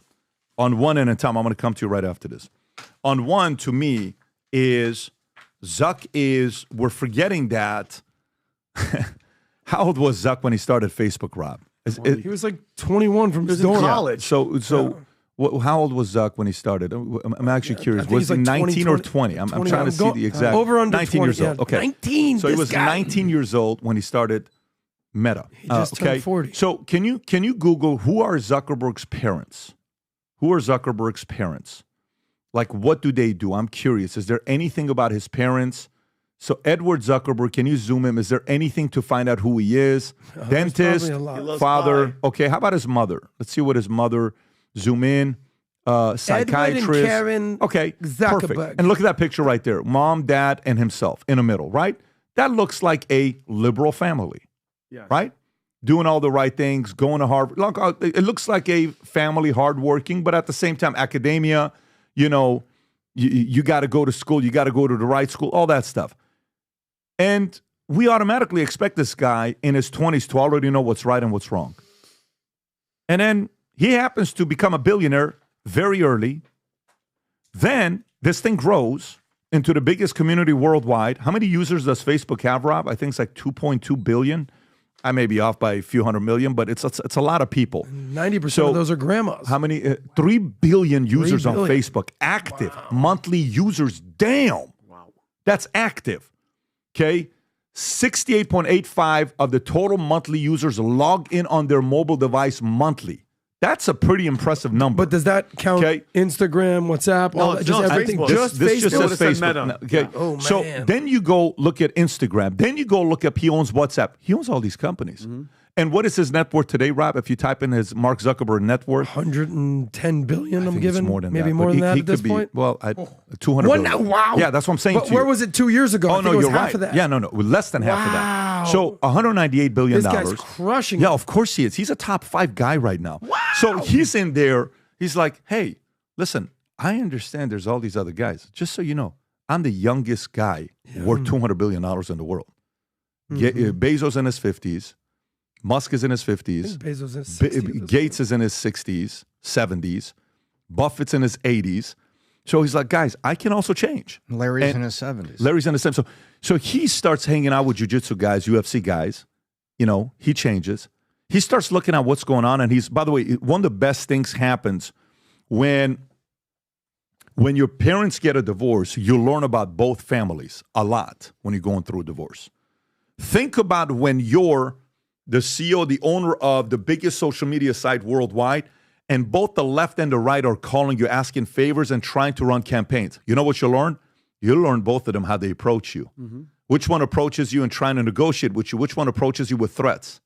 You understand what happened right there? Of course. So imagine you are learning, dude, these guys on the left are threatening me. What is this all about? If I don't do this, we're going to do this. The other side is just trying to convince me. Yeah. So one is trying to sell me, the other one's trying to threaten me. I'm not part of the threatening community. I build a freaking, I've done more in my life than any one of you guys has done combined. You 2,000 politicians combined don't have my net worth. What do you think? I brought a lot of value to the world here myself at a young age. So now he's evolving. I think Zuck right now, as much slack as everybody's giving him, I think Zuck at 50 years old, maybe even sooner, Zuck's going to be a player. And when I tell you he's going to be a player, I think he's going to be a player. Unfortunately, right now, he's getting criticized. They show the picture of Elon, and have you seen that picture where Elon and Trump, they're having the lunch, the McDonald's burgers on the plane, and then Zuckerberg's outside the window? Have you guys seen that picture or no? Can you find that? Is there a picture with Zuckerberg? If you keep looking through them, you'll find it. He's where he's outside the window. He's trying to look in. He's trying to look in. It's actually a really, really phenomenal image to show that he's an outsider that wants to be on the inside. Oh, you should zoom those in to see if they're in there, the top one. Oh, so you see that window right there? Yeah, they put his the face. meme put Zuckerberg's picture out there like, hey, I'd love to be on the inside. I understand that. And it's going to hurt a little bit. I get it. Because Elon Musk went all in. And there's a risk when he went all in. And he deserves everything he's getting. Everything he's getting. But Zuck made the right move when he wrote that letter to Jim Jordan. Zuck made the right move when he called out Biden. Zuck made the right move when he said that was a badass move by the president. And Zuck is himself kind of going through the evolution of recreating himself. And I'm okay with that. And by the way, on the flip side, you know what I love about Elon? I also love that Elon is staying paranoid. If Elon and Trump are speaking privately, you know what Elon's probably telling Trump? Hey, don't trust him too early. Yep. Let's not trust him too early. Yeah. Let's not trust him too early. Let's not trust him too early. I'm convinced that is taking place. Go ahead, Tom. Well, I follow the logic and I agree with you on much of that. But I also think that Zuck is being led at gunpoint, and it's guns that he's loaded over the course of Facebook. There are 5 actions that all are incredibly threatening to Meta in front of the federal government right now. 1, the COVID censorship and the censorship of right-wing media. Hearings are going to come up and there's oversight committees, things that there. And down the street, Google is being broken up. Then there's the FCC, Section 230. That is not going away. It's coming back. And there will be hearings on that in the spring on Section 230, Pat. And guess who's going to be back in front of Congress? Mark Zuckerberg. Yep. The federal FTC on the online ads and the monopoly that Facebook has, they are hearings coming. And they've already told last week, Google was told, maybe we'll just spin Chrome off and do something else. It's the largest data gatherer that they have, the Chrome browser. And they're like, holy crap.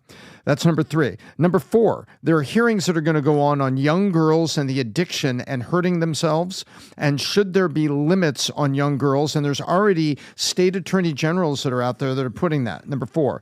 Number 5, data use. When do you collect data and how do you store it? And does the user know about that? Hearings are coming up next summer on that. Those 5 reasons could take 5 dinners to talk about. And I think Musk, knows it. He understands it. He sees it. But Zuckerberg, I think Musk knows exactly why Zuckerberg would go in there. Zuckerberg needs to, in addition to that letter of Jim Jordan, he needs to make nice with the new president and his head of the FTC, head of the FTC, FCC, the censorship hearings, the Consumer Protection Agency, and Data Use Protection Group. So there's a lot of reasons for Zuck at gunpoint to go do this. We will find out. Can both be true at the same time?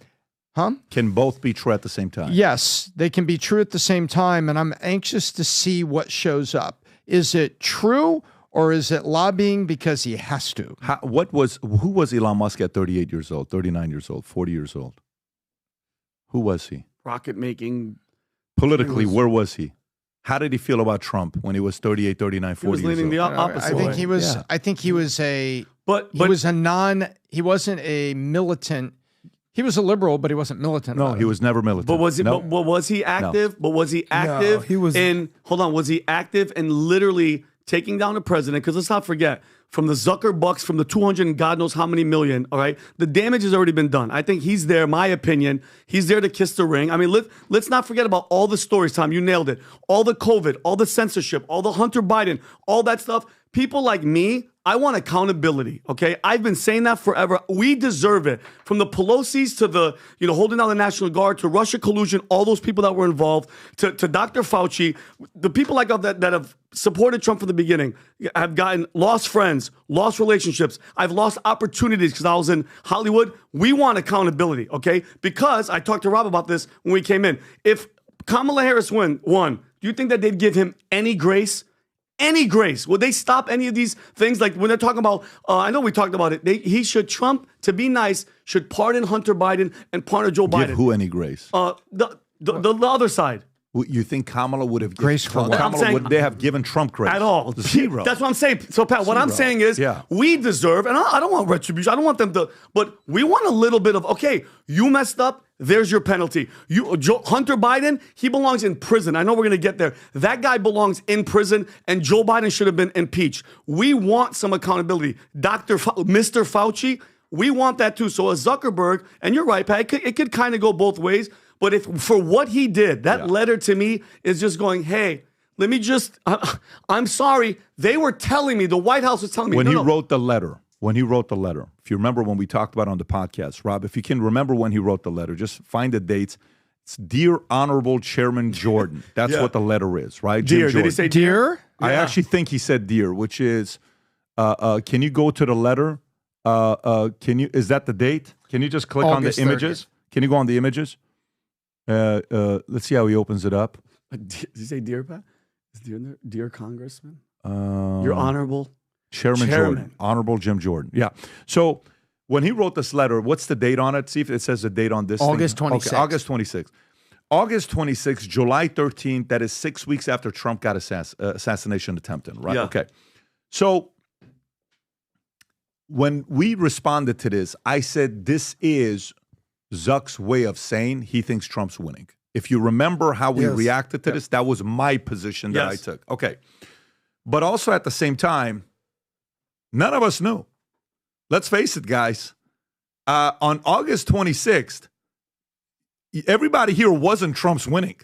Let's not get it twisted. I wasn't 100% No, everybody here was like, 51-49, right? Was, yeah. And remember, this was still the honeymoon stages of, when did they announce Kamala? Can you July 21st? July 21st? Is that the date? Robert, okay. Wasn't that, or is that the Biden letter or is that the Kamala date? So let's find out what the exact date. I'm trying to get sequencing down with this. I just want to know when they announced Biden stepping down. 21st. Okay. So July 21st, you got a spot on. Okay. So when you look at that, exactly 5 weeks later, he writes the letter. 5 weeks later, on every poll, she is still ahead. And they were like, she's going to win, she's going to this, she's going to that. Okay? Yeah, it was the anti-Biden bounce. She's our girl. For sure. Okay. So he wrote that letter. Do you know how risky of a letter that is to write? Let me explain to you how risky the letter that is to write. Let's say he writes that letter. There was another 1 or 2 attempts on Trump. Yeah. If one succeeds, Kamala wins, what happens to him for the next 4 years with the left? Do you know what they do to him on Facebook? Oh, they will destroy him and humiliate him and do everything they can to hurt him. It's better to write that letter after somebody wins because it's safer. The safer time to write the letter is after November 5th. The safer time. Okay? You understand what I'm saying? Of course. Okay. The risky time to write it is when? 5 weeks after Kamala's announced and America's done with Biden after the debate with Trump, which was embarrassing, and the assassination attempt to realize that Biden cannot beat Trump. They bring Kamala in, young, fresh, all this stuff, right? He writes this letter. I'm convinced that he is going through the evolution himself.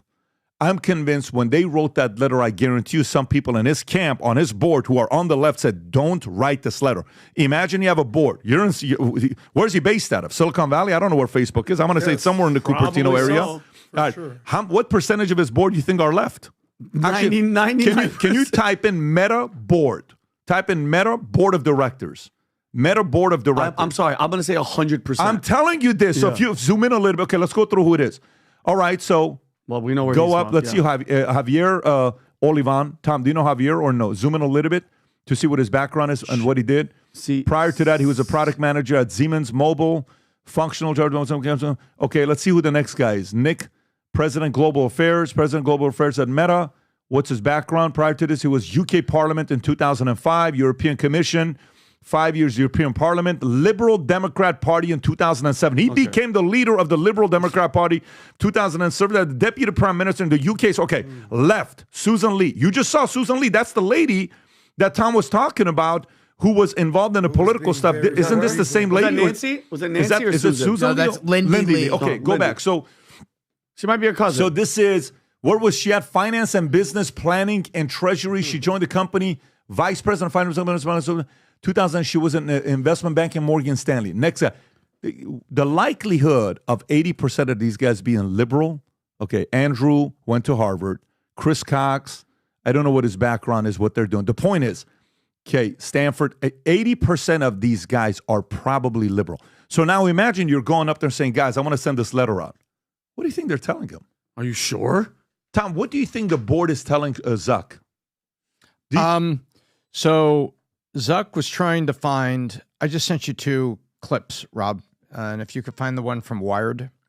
So Wired, fair to say, Bible of Silicon Valley, not bombastic. They carefully research stories, well-respected publication. Facebook had been dealing with the ire of the Democrats for a while. And I do not believe for a second that it was lost on Zuckerberg, that in many ways he was a man without a country. Wired, here's how Facebook actually won Trump the presidency back 2016. People were pissed at him because they were trying to do all the Russian collusion stuff, but people thought Facebook didn't do enough. It actually had helped Trump influence voters through Facebook, and they were pissed off about it. And then, go to the next clip, Rob. This is very interesting. It was the one that was right there. Those guys right there, Politico. Angry Democrats pose rising risk for Facebook. So Zuckerberg has felt the heat from the Dems that felt that he didn't stand in line enough. And so I think his board would have looked at it and say, Mark, the Dems have been upset with us for a while. I don't know if you want to write this letter. Exactly. You validate my point even more, Tom, because here's what happens. So, Tom, let me explain That's what I was doing. I know that. I was giving you facts. I love that. But the point I'm trying to make is I was thinking maybe you were going to take a different angle. No.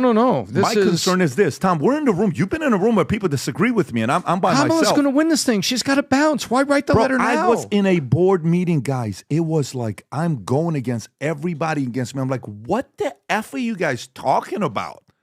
And it was 3 hours extended into a longer meeting. Sometimes... the COVID policy discussion. Well, that was one of them. Yes, for sure that was one of them. That was the nastiest one. But for you to know your board, your investors are not going to support you writing that letter and you still write it and you post it, I don't know, man. You got to applaud that. And for me, I don't know what he's going through, a recreating of himself and rebuilding of himself. I'm actually curious to know what he ends up turning into. And by the way, now that common sense community, because to me it's common sense. It's not Republicans. They want to say Republican. To me, common sense. Puberty blockers are bad under 18. Common sense. You want to do it above 18? Look, I don't agree with it, but go ahead and do what you want to do with it, right? Common sense. LGBTQ being taught too early to school, to kids, it's bad. Common sense. Not allowing Tesla to do what they want to do and targeting them in your state and driving business owners out is bad, right? Gas taxing people over and over and over and over again, driving, it's bad, right? These are bad. So common sense.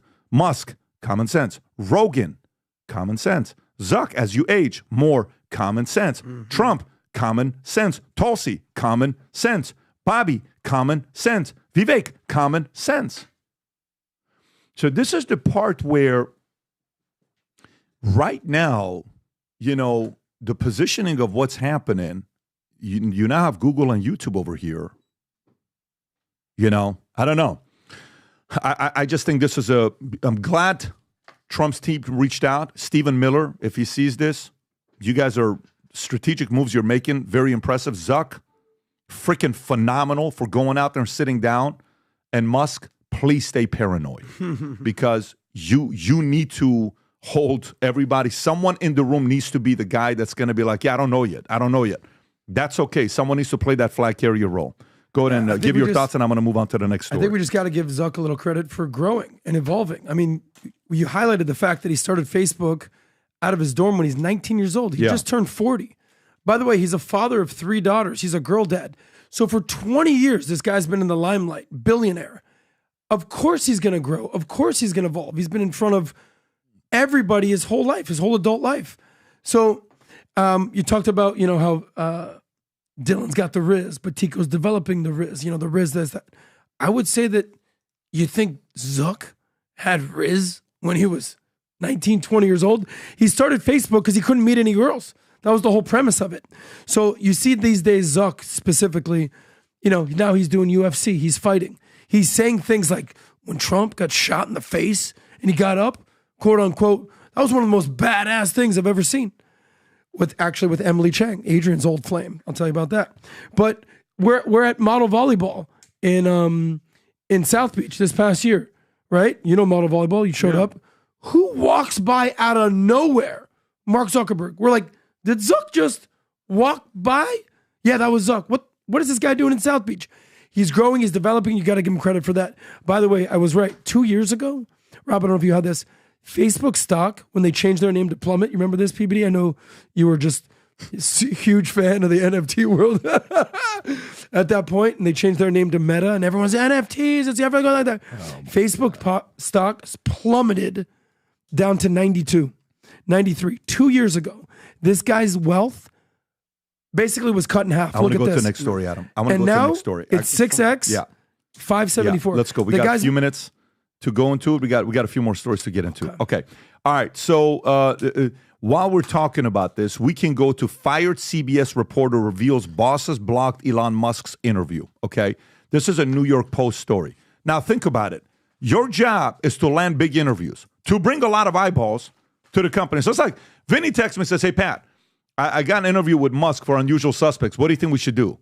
Oh, hell no. We're not. Vinny says, I got an interview with Hillary Clinton. Vinny says, I got an interview with Dylan Mulvaney. Okay, I'm going to be interviewed. Go do it, right? But what does CBS do? A very different thing. Rob, is she explaining in this clip on what happened when she wanted to interview? Go ahead. Go ahead and play this clip. I had conversations with some of the reporters connected to the Twitter files, and I was in my head thinking that there might be an opportunity to tell that story on CBS News. We had a number of topics under discussion. They didn't go as far as we had hoped. But at the end of the day, this opportunity to interview Elon Musk was developing. So I went to the CBS executives and I said, this is the opportunity that we have. He's saying, I want to do it live and on my platform. He's one of the most influential human beings on the planet. And the reaction from the executives was, well, we can't do it live. And I was like, what do you mean we can't do it live? I was like, well, we don't know what he's going to say. I was like, well, I'm thinking, isn't that the point of journalism? You don't know what the person's going to say? Well, it has to be taped. We have to have the ability to edit it. It has to be on our platform. We have to control the platform. We talked at one point about whether we could do it sort of like a simulcast between the streaming network and maybe X. But everything just got shut down. It's one of the biggest interviews you could ever have. I felt so ashamed, frankly, that I never went back to Elon Musk and said, listen, they want to do it, but they've set all these conditions on it. I couldn't do that. This is someone whose DNA is free speech. And how do you tell someone who's committed to free speech that your network can only do it taped and only if they edit it, and it can only be on their platform? That's it. So you can pause it right there. Okay. I'll come to you first, Vinny, before I give my thoughts. Tell me, what do you think with this here? This is of the few report, like they're actual journalists and they're not political activists. Crazy. How great. And you know who she is too? She's the one, I think that, Rob, tell me if I'm wrong. She warned us of the Black Swan event. Yes. That should be coming sooner or later. And then, Pat, she gets into the fact that, she has it. There's a clip that I sent you, Rob. She holds up, Pat. She holds up the Hunter Biden contents on a little drive in her hand. And she goes, I had this. I wanted to run with it. And they said, no, because we have to blah, blah, blah, blah, blah. And that's the problem. And that's when I go back to the accountability. All those people, including Hunter Biden. Look, can we play this really quick, Pat? Rob, just, you could go. Yeah, this is her talk. It's not that long, is it?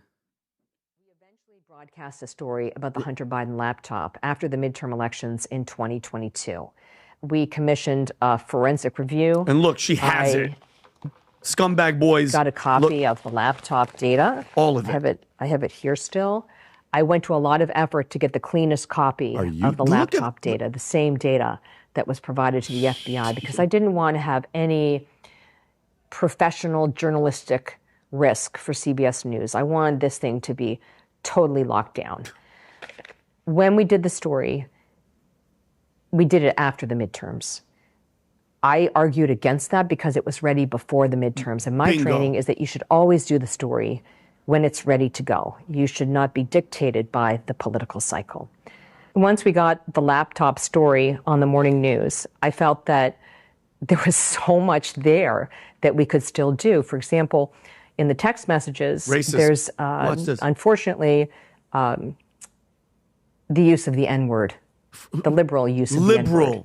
And I thought this was worthy of a story, but I was told that it was not something Hunter saying the N-word a bunch of times in emails, and then she was saying that there was emails from Joe Biden on that laptop. So that goes to my point of, I shout out for Catherine for being an actual journalist and reporter, but it's the accountability. And I think if we let these things go, they're going to keep doing them over and over and over and over again.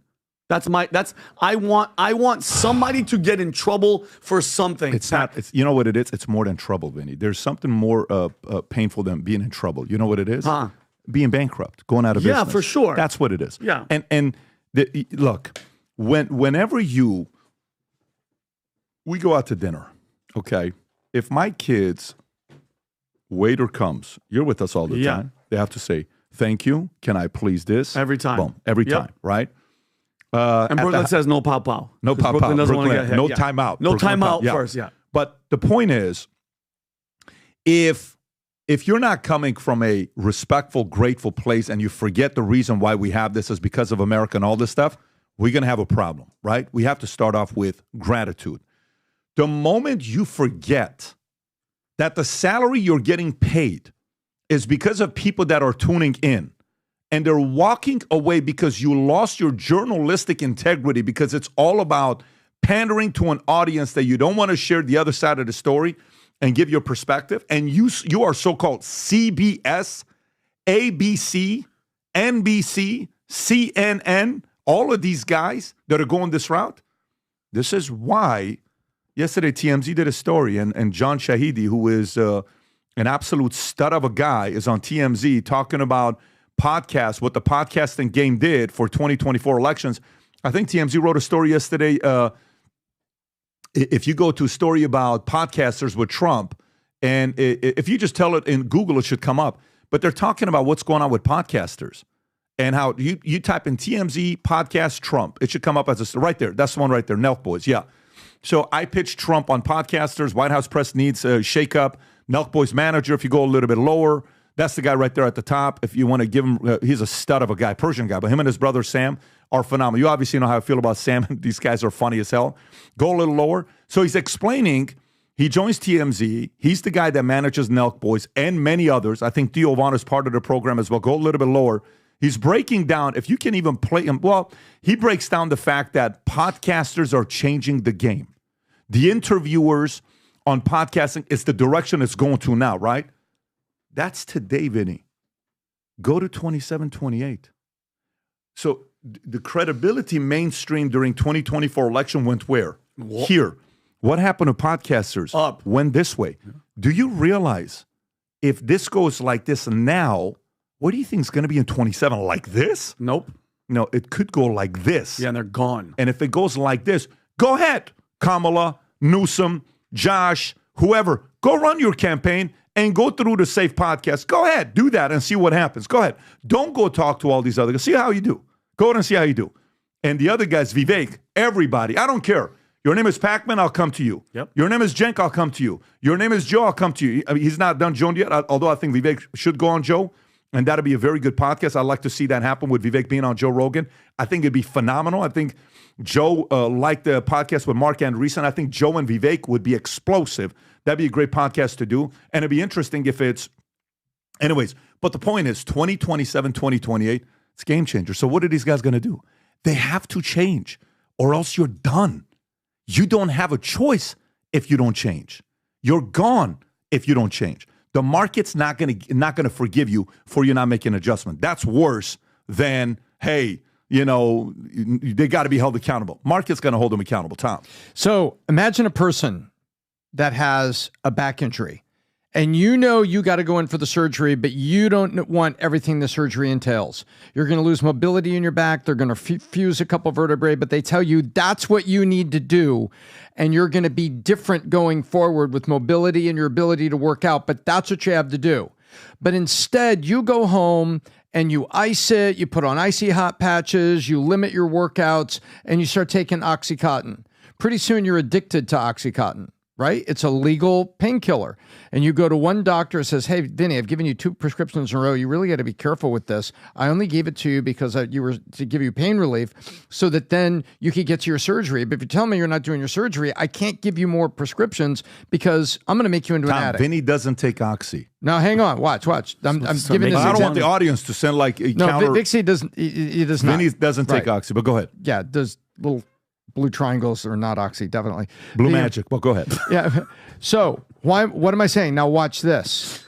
Right now, cable as a technology is drifting down. Yes. Older people using cable. So they already have problems with audience just on access technology. They have problems. And they have problems on message. People don't want what they're serving, right? So what does CNN do? OxyContin. It's called Everybody Gets a 50% Pay Cut. Everybody gets a 50% pay cut. The viewership is down. We got problems with cable. Everybody gets a pay cut. That's OxyContin. See, MSNBC. Hey, Rachel, we need to... yeah, I understand. I'll take a $5 million pay cut. But she did last week. From 30 to 25. Actually, I don't know if it was exactly last week, but the news leaked and then it was confirmed by the way, everybody. I don't know if it's a pay cut because she went back down to just doing it once a week. So exactly. They're overpaying her. Yeah, if you $25 million. What business does that? But let me get to it. It's all OxyContin. They're trying to save money, but they're not going in for the back surgery that's going to change them. They're not going in to change. They're not saying this takes surgery. We have to do this. We need a more moderated approach at CNN. They're just giving everybody a pay cut and hoping that the cable shift doesn't happen. But they're not changing a damn thing. Are you indirectly telling Vinny and I that we should go for the back surgery? Is that what you're saying? Because you know we both if you're have back saying problems. that, Tom, I mean, it's like like public information. I don't want the... I'm saying that the liberal think tank and the bubble that is liberal thought in this country and the mainstream media cannot look in the mirror and say, you know what? We effed up. And guess what, guys? We need more mainstream coverage. We need more voices. I'm not putting those bastards on this network. That's what they're thinking. I'm telling you. And they're dying. I'm telling you, Vinny. I'm telling you, Vinny. The market never lies. You can't fool the market for too long. Look, when we started like this game that we're in right now with what we're doing, right? When yesterday a guy comes in, we're talking about potentially doing something with soccer locally. In Fort Lauderdale. A lot of people have interest, kids, soccer. Hey, Pat, can we start a school, an academy? You know, we want some of our kids to come and spend time with you guys. I want to. We're going to maybe do something, first test, for a parent or their parents to come with us with their child and spend a day and a half with us. Like imagine parent has to be there, and then you can bring your child with you. You have to be present together because we're going to talk to the parents and we're going to talk to the kids, you know. Who knows if we do that or not? This is one of the biggest things that people are asking about parents and kids to get involved and come to our new campus. You're in a meeting yesterday, right? When we're doing this late at night last night. And I said to these guys, hey, smart guys. Very smart guys. What if we do this and what if we do that and what if we build this? I said, listen, here's how this thing works. I said, what you're telling me is an academy here. That's step number 8. What is step number 1? Test to see if there's a market for it. PBD podcast. Okay, we started. At first, what was it called? Was it called Unusual Suspects at first? It was called Unusual Suspects because we own the domain unusualsuspects.com. And we did 10 episodes called Unusual Suspects. And then we switched to PBD Show, then PBD David podcast, something, PBD something, show. and then we went PBD Show. Yeah. I don't know what. There was like 3 months. We changed the name like 5 times. Exactly. I don't know what it was. You maybe expect the name. 2020 in Dallas. So, anyways, eventually, the Unusual Suspects. Old friend out there. Yeah. So, wow. And by the way, we've had such interesting moments. But going back to it, I said, I don't know if this is going to do anything. I have no idea what it's going to do, right? And then you see the picture, the image, Rob. If you have that says the episode 30 was look at Adam. Adam, you look like you voted for Hillary and Joe Biden right there. Look at that photo, Pat. You look like you voted for everybody right there. So you look were you at heavier, this, Adam? You look at this, on the sauce. and, Sauce is on the sauce. And all of a sudden we're like, let's see what this does. At that point, Vitamin has already got a few million subscribers, 3 million subscribers, but I want to talk politics. Yes. But it's risky. Yeah. So we tested it. What does the market say 4 years later? We love it. Okay. We want it. Market says we love it. Okay. We love it. By the way, that's Batman in the back and the old our friend Norway Kai guy, back there. Kai, who's a great book recommender. So anyways. Tom, this was your first appearance back, 45. We do this and then we test. What does the market say? We want more. And it grows. Okay. But let me tell you, you can also put up a video and put up an episode that you're ecstatic about, and you're like, this thing's going to blow up. Yeah. And the market says, nah, this sucked. Yeah. We don't like it, right? Because sometimes when you have victory after victory after victory, you're like, oh my God, we're this. And then you feel like you walk on water, and the market's going to be like, wah, wah. Yeah. What was this all about? Okay, relax. Yeah, go back to creating good content. You got a little bit lazy, right? Mm-hmm. That's what happened to CBS, ABC, NBC, and all these other guys. This is a permanent thing. Market never lies, and it's a publicly humiliating loss that they're going through. If they don't adjust, this continues. Let me go to a story because Adam had a lot of insight on this next story from personal experience that he wants to share with everybody else here. Go for it.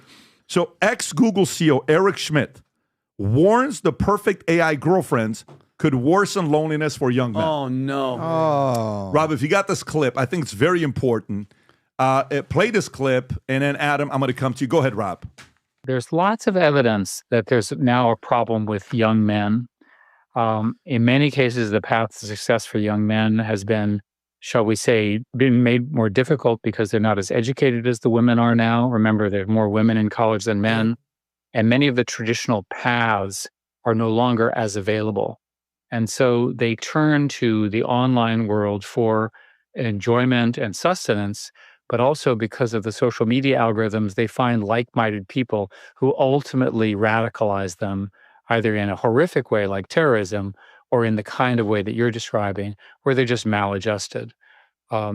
This is a good example of an unexpected problem of existing technology. So now imagine that the AI girlfriend or boyfriend, but let's use AI girlfriend as an example, is perfect visually, perfect emotionally. And the AI girlfriend, in this case, captures your mind as a man to the point where she, or whatever it is, takes over the way you're thinking. You're obsessed with her. That kind of obsession is possible, especially for people who are not fully formed. Parents are going to have to be more involved for all the obvious reasons. But at the end of the day, parents can only control what their sons and daughters are doing within reason. We've ended up, again, using teenagers as an example. We have all sorts of rules about age of maturity, 16, 18, what have you, 21 in some cases. And yet you put a 12 or 13-year-old in front of one of these things, and they have access to every evil as well as every good in the world, and they're not ready to take it. So I think the general question of, are you mature enough to handle it, sort of the general version of your AI girlfriend example, is unresolved. Adam. Yeah, I mean, this is going to be the conversation of our times of what the hell is going on with young men. You know, there's a famous phrase out there in the manosphere. It's chase excellence or pursue excellence, Adam, not can women. I hold? I'm sorry to interrupt you. Let me just set you. I'm going to come back to you because this is the part that he didn't say that I want to read, which makes the story deeper, and then I want to get your commentary. So Schmidt referenced grown risks, citing a Florida lawsuit where a 14-year-old boy, Sewell Setzer III, committed suicide after an AI chatbot girlfriend sent obsessive messages and told him to come home. Schmidt stressed teenagers are not ready to handle complex AI-powered technology, adding that younger users are exposed to every evil as well as every good in the world. Go ahead. Yeah, I didn't even hear about that part, so that makes this story even more tough, tougher to digest. You know, as I was saying, there's a famous phrase out there that's young men should chase excellence or pursue excellence, not women. Because as a man, it takes time to become that dude. We've had these conversations before. Now, what I would tell a young man who's obsessed with a real girl, like, oh my God, this girl, I'd be like, dude, relax. It's not your time. Now young men are becoming obsessed with women that don't even exist. These are AI, completely made-believe chatbots. And this young man took his own life. Yeah, because of the comments. Yes, obsessive comment by an AI girlfriend. They don't even Chatbot. exist. Yeah. So look, I've worked in the nightlife world before. You know, if a group of 21-year-old girls show up, 24-year-old girls show up, let them in. Let's go. All good. No problem. If a group of 21-year-old boys show up, they better be buying a table or know somebody in the inside, or they're getting turned away. Nobody wants them here. They're kryptonite to a club. So that feeling, I remember the feeling that I went with my boys, my college buddies. What's up, man? We're going to go out in South Beach. We have no money. We're in college. We show up. The door guy, French dude, douchebag, he's like, what do you want here? I was like, yeah, we're going to go. And they're like, who you with? I was like, yeah, just my friends. You buying a table, $2,000. I'm like, nah, we got no money. He's like, get the fuck out of here. That's how young men are made to feel. But now you show up, you're 40 years old, they're like, oh, right this way. Come on in. Or you're with your friends, you're with your crew because you're a man of status, you've established. But what's the point with this? So the point is this, young men are going to take time to become the person that they need to become. When you're 16, 18, and you're obsessed with trying to get women, you're thinking, oh my God, it's the end of the world. Mary doesn't like me. Your time is going to come, but it's going to take 5, 10, 15 years.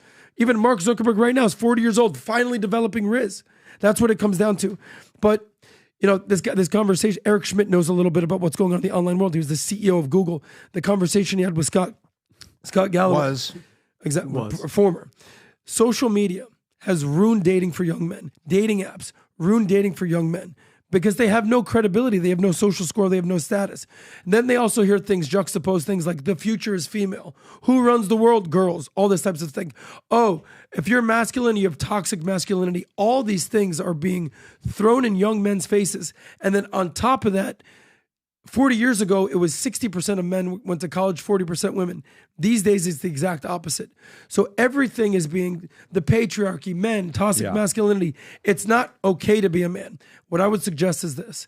Young men need to play the long game, and they need to understand that it's going to take time.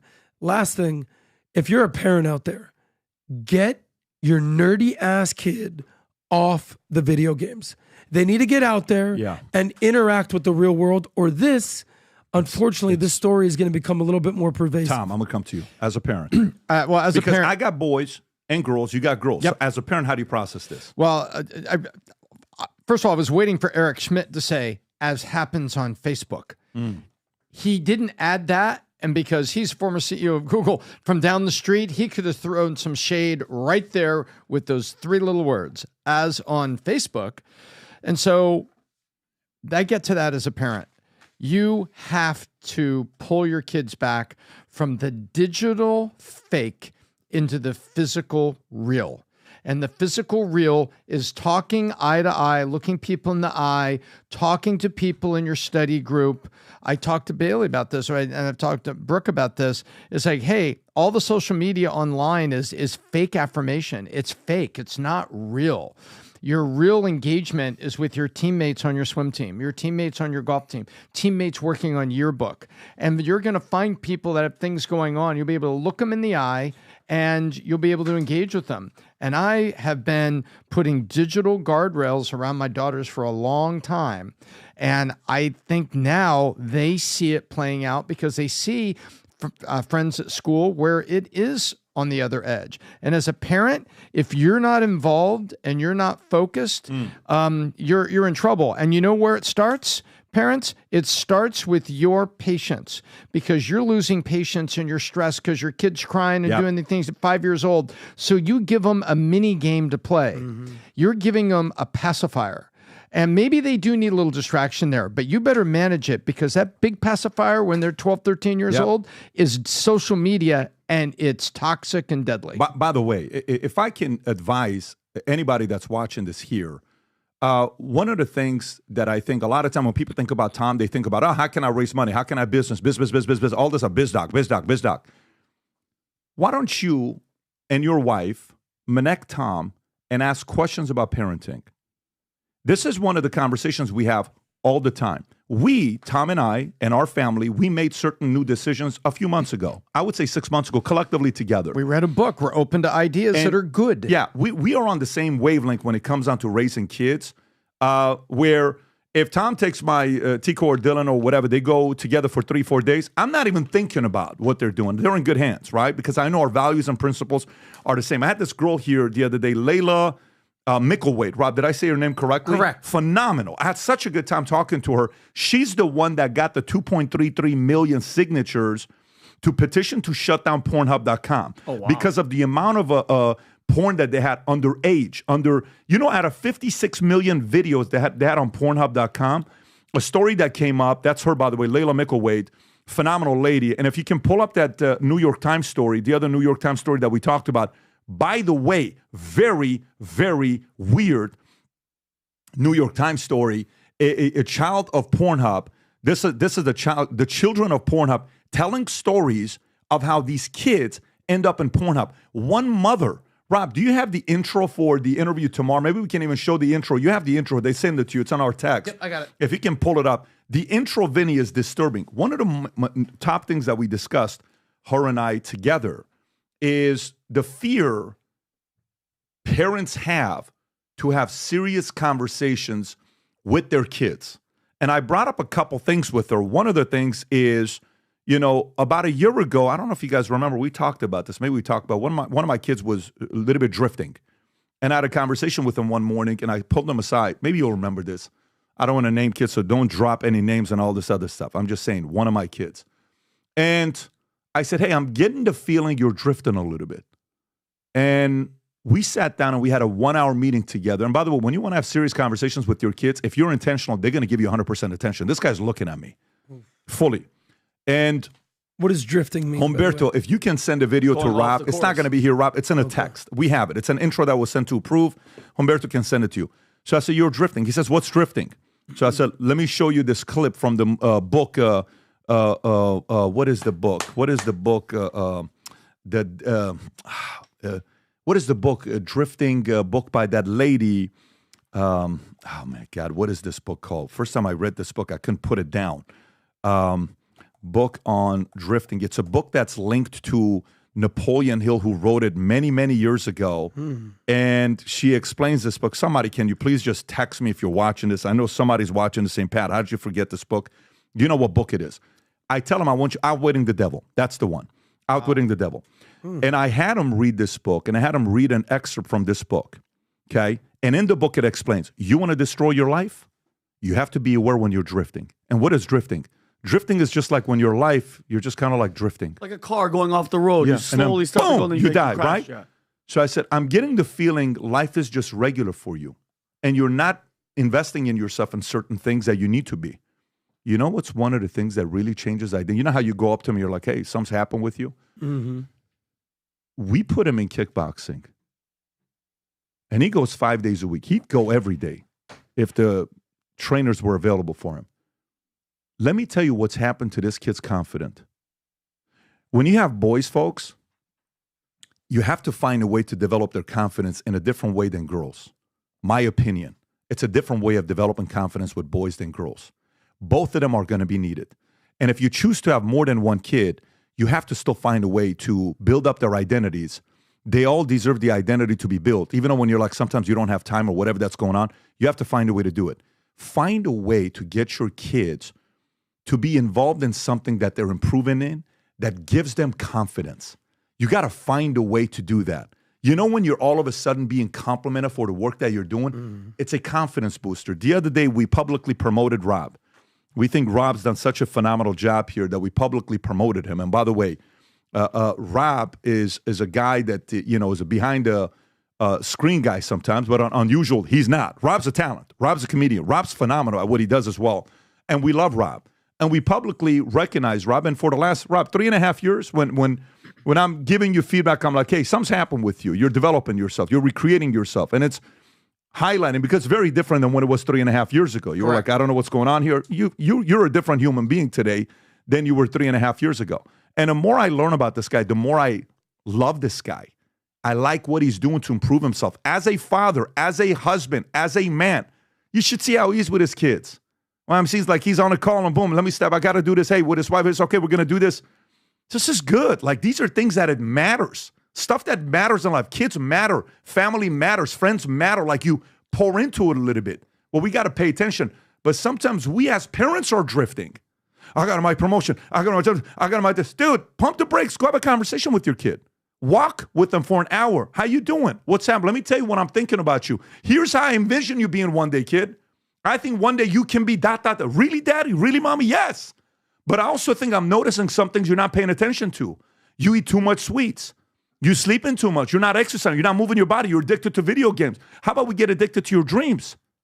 How about you have these types of conversations with them? This is the clip with Layla Mickelwaite. This comes out tomorrow, by the way. It's a disturbing. Vinny, just watch this. You'll feel how disturbing it is in the first 20 seconds. Okay, and you said out of 58 million viewers, 56 million videos that was on Pornhub. 91% of it they took down. What? Because of that New York Times article and because of this lady that got the 2.3 million petitions. Wow. Watch this clip right here. Go ahead. From Broward County, Florida.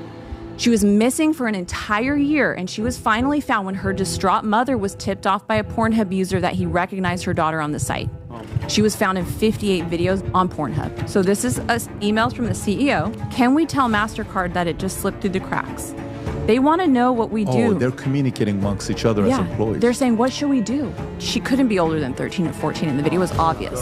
And they left it up. Under new ownership or old ownership? This is the old ownership, but old ownership is the same VPs and executives that are there today, right? But there's not enforcement. And why are they not being held accountable? There's not enforcement. I don't get that, though. Who wouldn't enforce that law?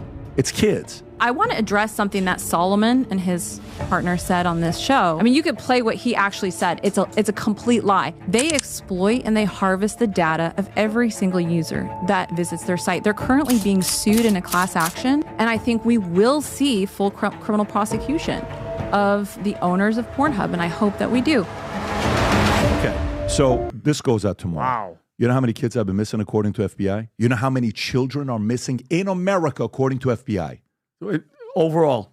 First of all, 2022 records. Rob, don't look at the screen. Just look at me. 2022. How many children you think are missing, Tom? Everybody, think number and then tell me. Okay. Children missing that are still missing. In the United It's not a big number that you think it's a big number. 250,000. What do you think the number is? That's an insane number. 10,000. Okay, 10. Tom, what do you think the number is? I thought it was 30,000. Rob, can you pull up the? You're about to be shocked. There's 359 missing children. Missing. 359,094 missing children. Every one of them counts. What? Reported to the National Crime Information Center. Reported too. When he said 250, I thought By the that was way, an insane you said number. 20,000. That's 22,000 more than it was in 2021. Bro, like, how? Missing. What are we not talking? Think about these parents that are missing. I mean, this is serious stuff here that we're talking about. So for me, parents, we need to be a little bit more involved. You got a nephew, you got a niece, you got to develop some of their identities to make sure you're having these tough conversations with them when it's necessary. But for me, when Eric Schmidt is telling this story, as much as we have fun here, guys, and we joke around, we do certain, at the core of what we're doing, there's values and principles that matter. They got to stand up for. These are some of these conversations that we're having right now, because I think sometimes parents, we all need a nudge, all of us do, to just kind of be reminded of it. Maybe use today on Thanksgiving to have a conversation with them. Maybe this is a great opportunity today. Maybe today, tomorrow, if you're not working, pull them aside. Go for a walk with them. Do it individually with each one of them. And take them for somewhere and sit down and say, I want to talk to you, son. I want to talk to you, baby. What's going on, Pops? What's this? It's going to be a little bit weird if it's not regularly happening.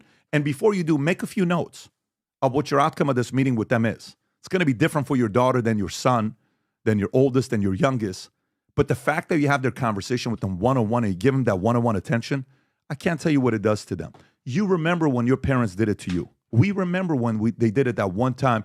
I was 6, 7 years old. My mom would tell me, you're going to be an incredible engineer one day. Engineer? You're going to be, who the hell? Like, I'm 7 years old. I'm remembering that. Have that conversation with them. My dad would say, son, the reason why you're going to be a leader one day is because you're not afraid of the truth. One time my dad and I went to this, what do you call it, spa in Iran that they had pool and all this other stuff that we would go there and they would make this drink, Persian drink that I freaking love. Dude? It's not dough. It's like water with these, my dad knows what it is, this fruit stuff that they put in. It's just incredible with lemon and all this stuff. I love it. And we'd go there and a guy says, how old is your son? And my dad says, they're friends. He said, my son is 14 years old. I said, I'm not 14 years old. My dad's lying to you. I'm 8 years old. And he says, really? He says, yeah, because this place is 12 and up. He says, well, listen, since you're father, I like the fact that you're honest. Come in. And he let me in. He says, the reason why you're going to be a leader one day is you're not afraid of the truth. You'll tell the truth. You get in trouble sometime, but you'll tell the truth. That stays with you at 8 years old. Yeah. I'm 46. That's 38 years ago. We can do that for our kids, folks. You and I can do that for our kids. Use today as the opportunity this weekend to have that conversation. And do me a favor, share it with me. I want to hear about it. You have no idea how much I love hearing stories like this. And when you have that conversation, you can get a hold of us on Manect or tweet and do whatever you want. But on Manect, we'll be able to respond back to these stories. All right, let's do one or two stories before we wrap up and finish this up. Can we have some fun? Is that okay if we have a little bit of fun? Are you guys okay if we have a little bit of fun? By the way, we got 42,000 crazy still here with us after 11 o'clock. You're still here with us. You guys are amazing. So why don't we have some fun? Okay. Every once in a while, I think it's fun to, get some people, maybe get a little bit of a reaction and see what happens.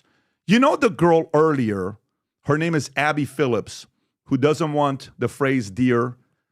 How about we all collectively tweet at her and we say, dear Abby Phillips, Rob, if you can put the handle below in the chat, I want you to tweet at her, and I want thousands of us to do it. Oh, man. Tweet at her, dear Abby Phillips, Philip, and then say, happy Thanksgiving, God bless, hashtag at the bottom, PBD podcast.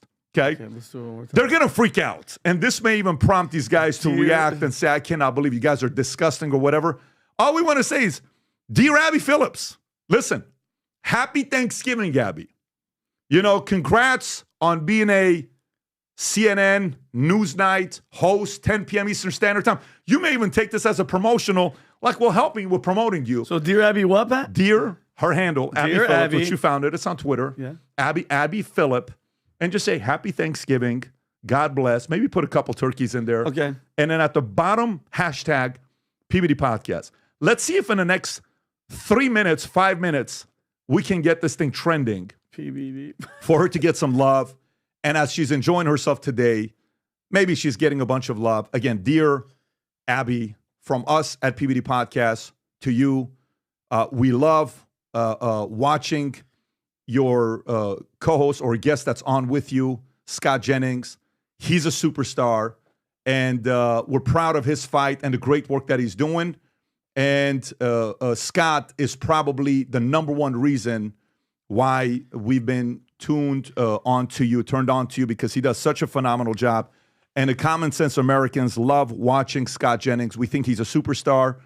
And CNN, I hope you realize if you don't pay Scott Jennings what he's really worth, the market all over the place would be more than happy to pay Scott Jennings what he's really worth.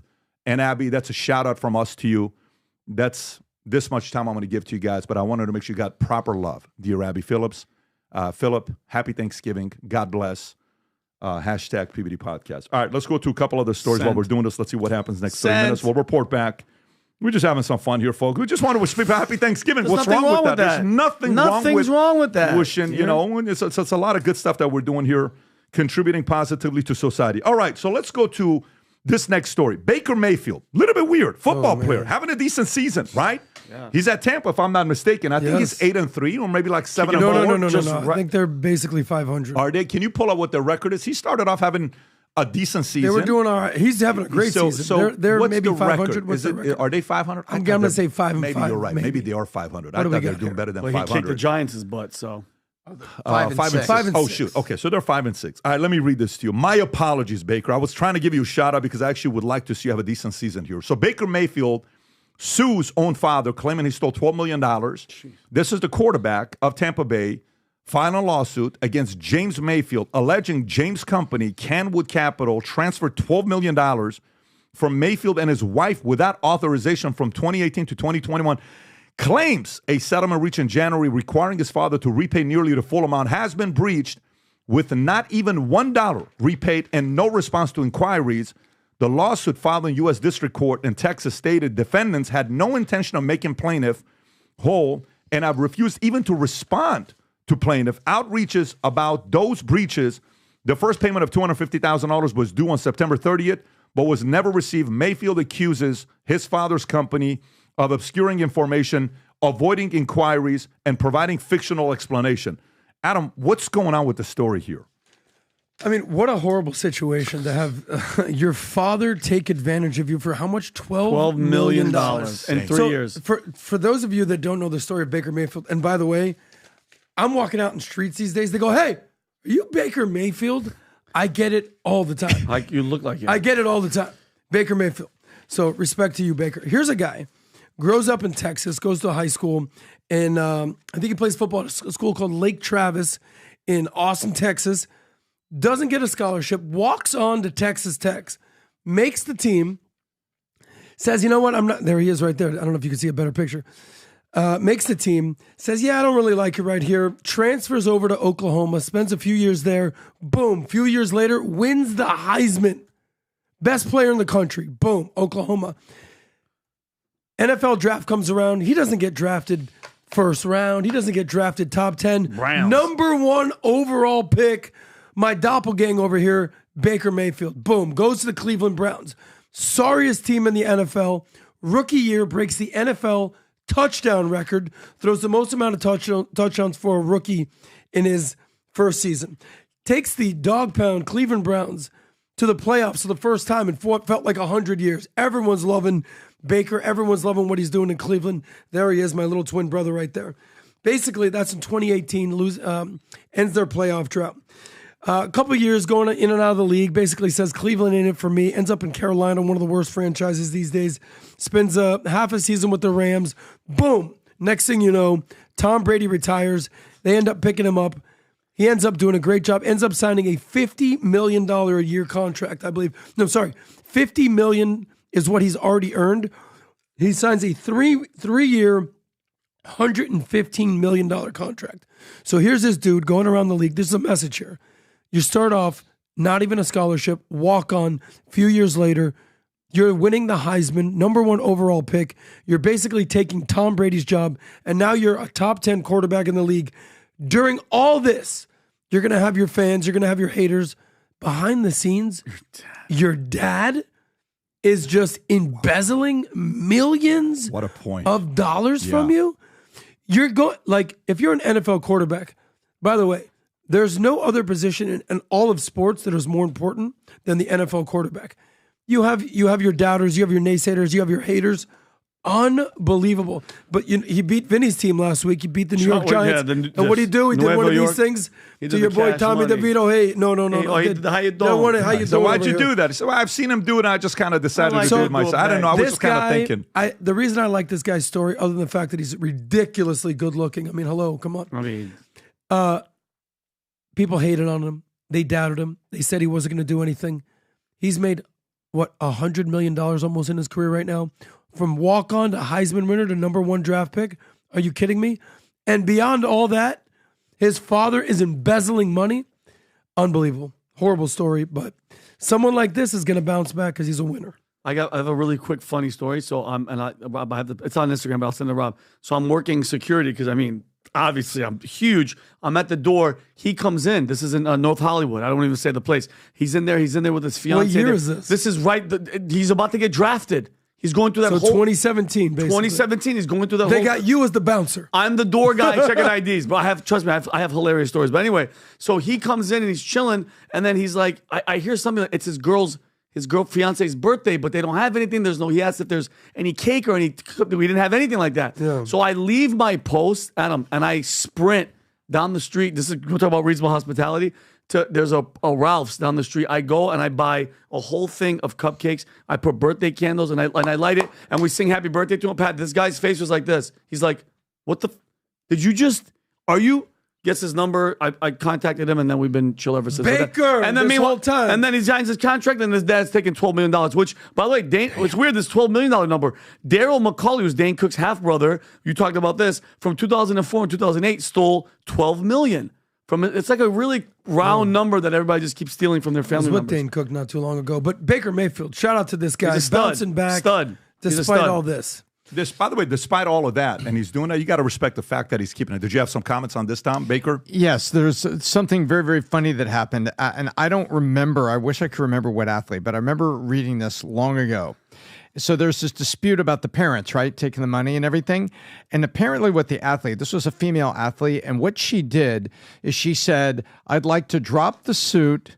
And because they identified all the money, apparently, Pat, they found all the transfers, so they knew the money, and it was like a couple $1 million.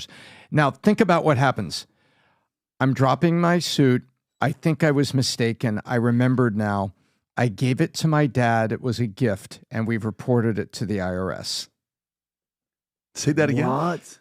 Her parents apparently had taken a couple $1 million from her on like dancing and acting, and they ends up in the suit, and there's all this stuff going on. Apparently, her lawyer said, "Why don't you just recant it, drop the suit, say, oh, I remember now, it was a gift, and report it to the IRS." Wow. And that's what she did. So guess what? She didn't have to go after her parents anymore. The IRS is going to go, hey, you got $2 million.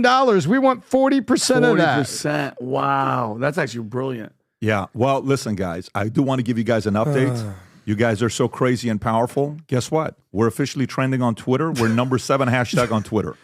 Literally, it says number 7 PBD podcast. If you can you zoom in a little bit? PBD podcast trending number 7. That's the power of just day-to-day people on Thanksgiving. That's it. And you know what? We made someone's day. Yeah. Thousands of people Abby? just wished Abby happy Thanksgiving. How respectful is Tom's that? was the best. Yeah. Dear Abby, Scott Jennings is the only reason I watch. Happy Thanksgiving anyway. By the way, we also got an amazing Thanksgiving shout out from the president. By the way, do you see what he said? What? The president Joe Biden? said, yeah, did you hear what he said to Anthony us? Blinken said he something? he wanted to wish us happy Thanksgiving. Happy 4th of July. There we go. I love So it. dumb. I love it. Well, listen, gang, it's been great spending time with you guys today on Thanksgiving. Let's see how many of you were with us the last 2 hours. Let me give you the exact number. You have to be crazy because California, we started at 6 o'clock and you woke up and you stayed with us. Yeah, you were up. Wakey. And committed. So, Rob, what's the number on how many stayed with us the last? Let me just kind of figure this thing out. 220,000 people that were with us this morning. May God continue to bless you. May 2025 be the beginning of the greatest years of your life. And remember, today, Black Friday, 50%. Listen, we already had, I think, 17 people that have placed orders over $500, which means I got to make 17 calls already to some of you guys. We're going to be busy. I look forward to FaceTime to many of you guys. Remember, whatever money that's being spent, for some of you that actually are comfortable saying Merry Christmas, go buy the Christmas stuff because that's moving fast. But there's 125 products on there that are on the 50% off sale that if you purchase, some people are ordering 20 pins at a time. Buying the hats, gifting it to other people. The courses, for some of you that are in business, make the investment on the courses, the bundles, because every year people ask us, Pat, are we doing this again? Are we doing this again? Are we doing this again? This happens once a year. This is your opportunity. Make sure to make that investment. It'll make you a lot more money than buying a TV or video game and all the other stuff that you'll be doing. But aside from that, while you're going through this, I think I just got a text right now that the first 200 orders, let me read this. Give me 1 second, folks, on what we were doing. Any new hat with the first 100 people will receive a Future Looks Bright mug. Nice. Freaking amazing. So anybody that orders a hat, if in your order there's a hat in there, you're going to get a Future Looks Bright mug. There's a bunch of different mugs on there for you to take advantage of. Go take advantage of this. Weekend just started. It really starts Friday, but those of you guys that are with us here on the podcast, you found out first. The email is going to go out to everybody for this weekend. You're ahead of everybody else. Enjoy Thanksgiving. God bless. Take care, everybody. We'll do it again next week. God bless. Bye-bye. Bye-bye.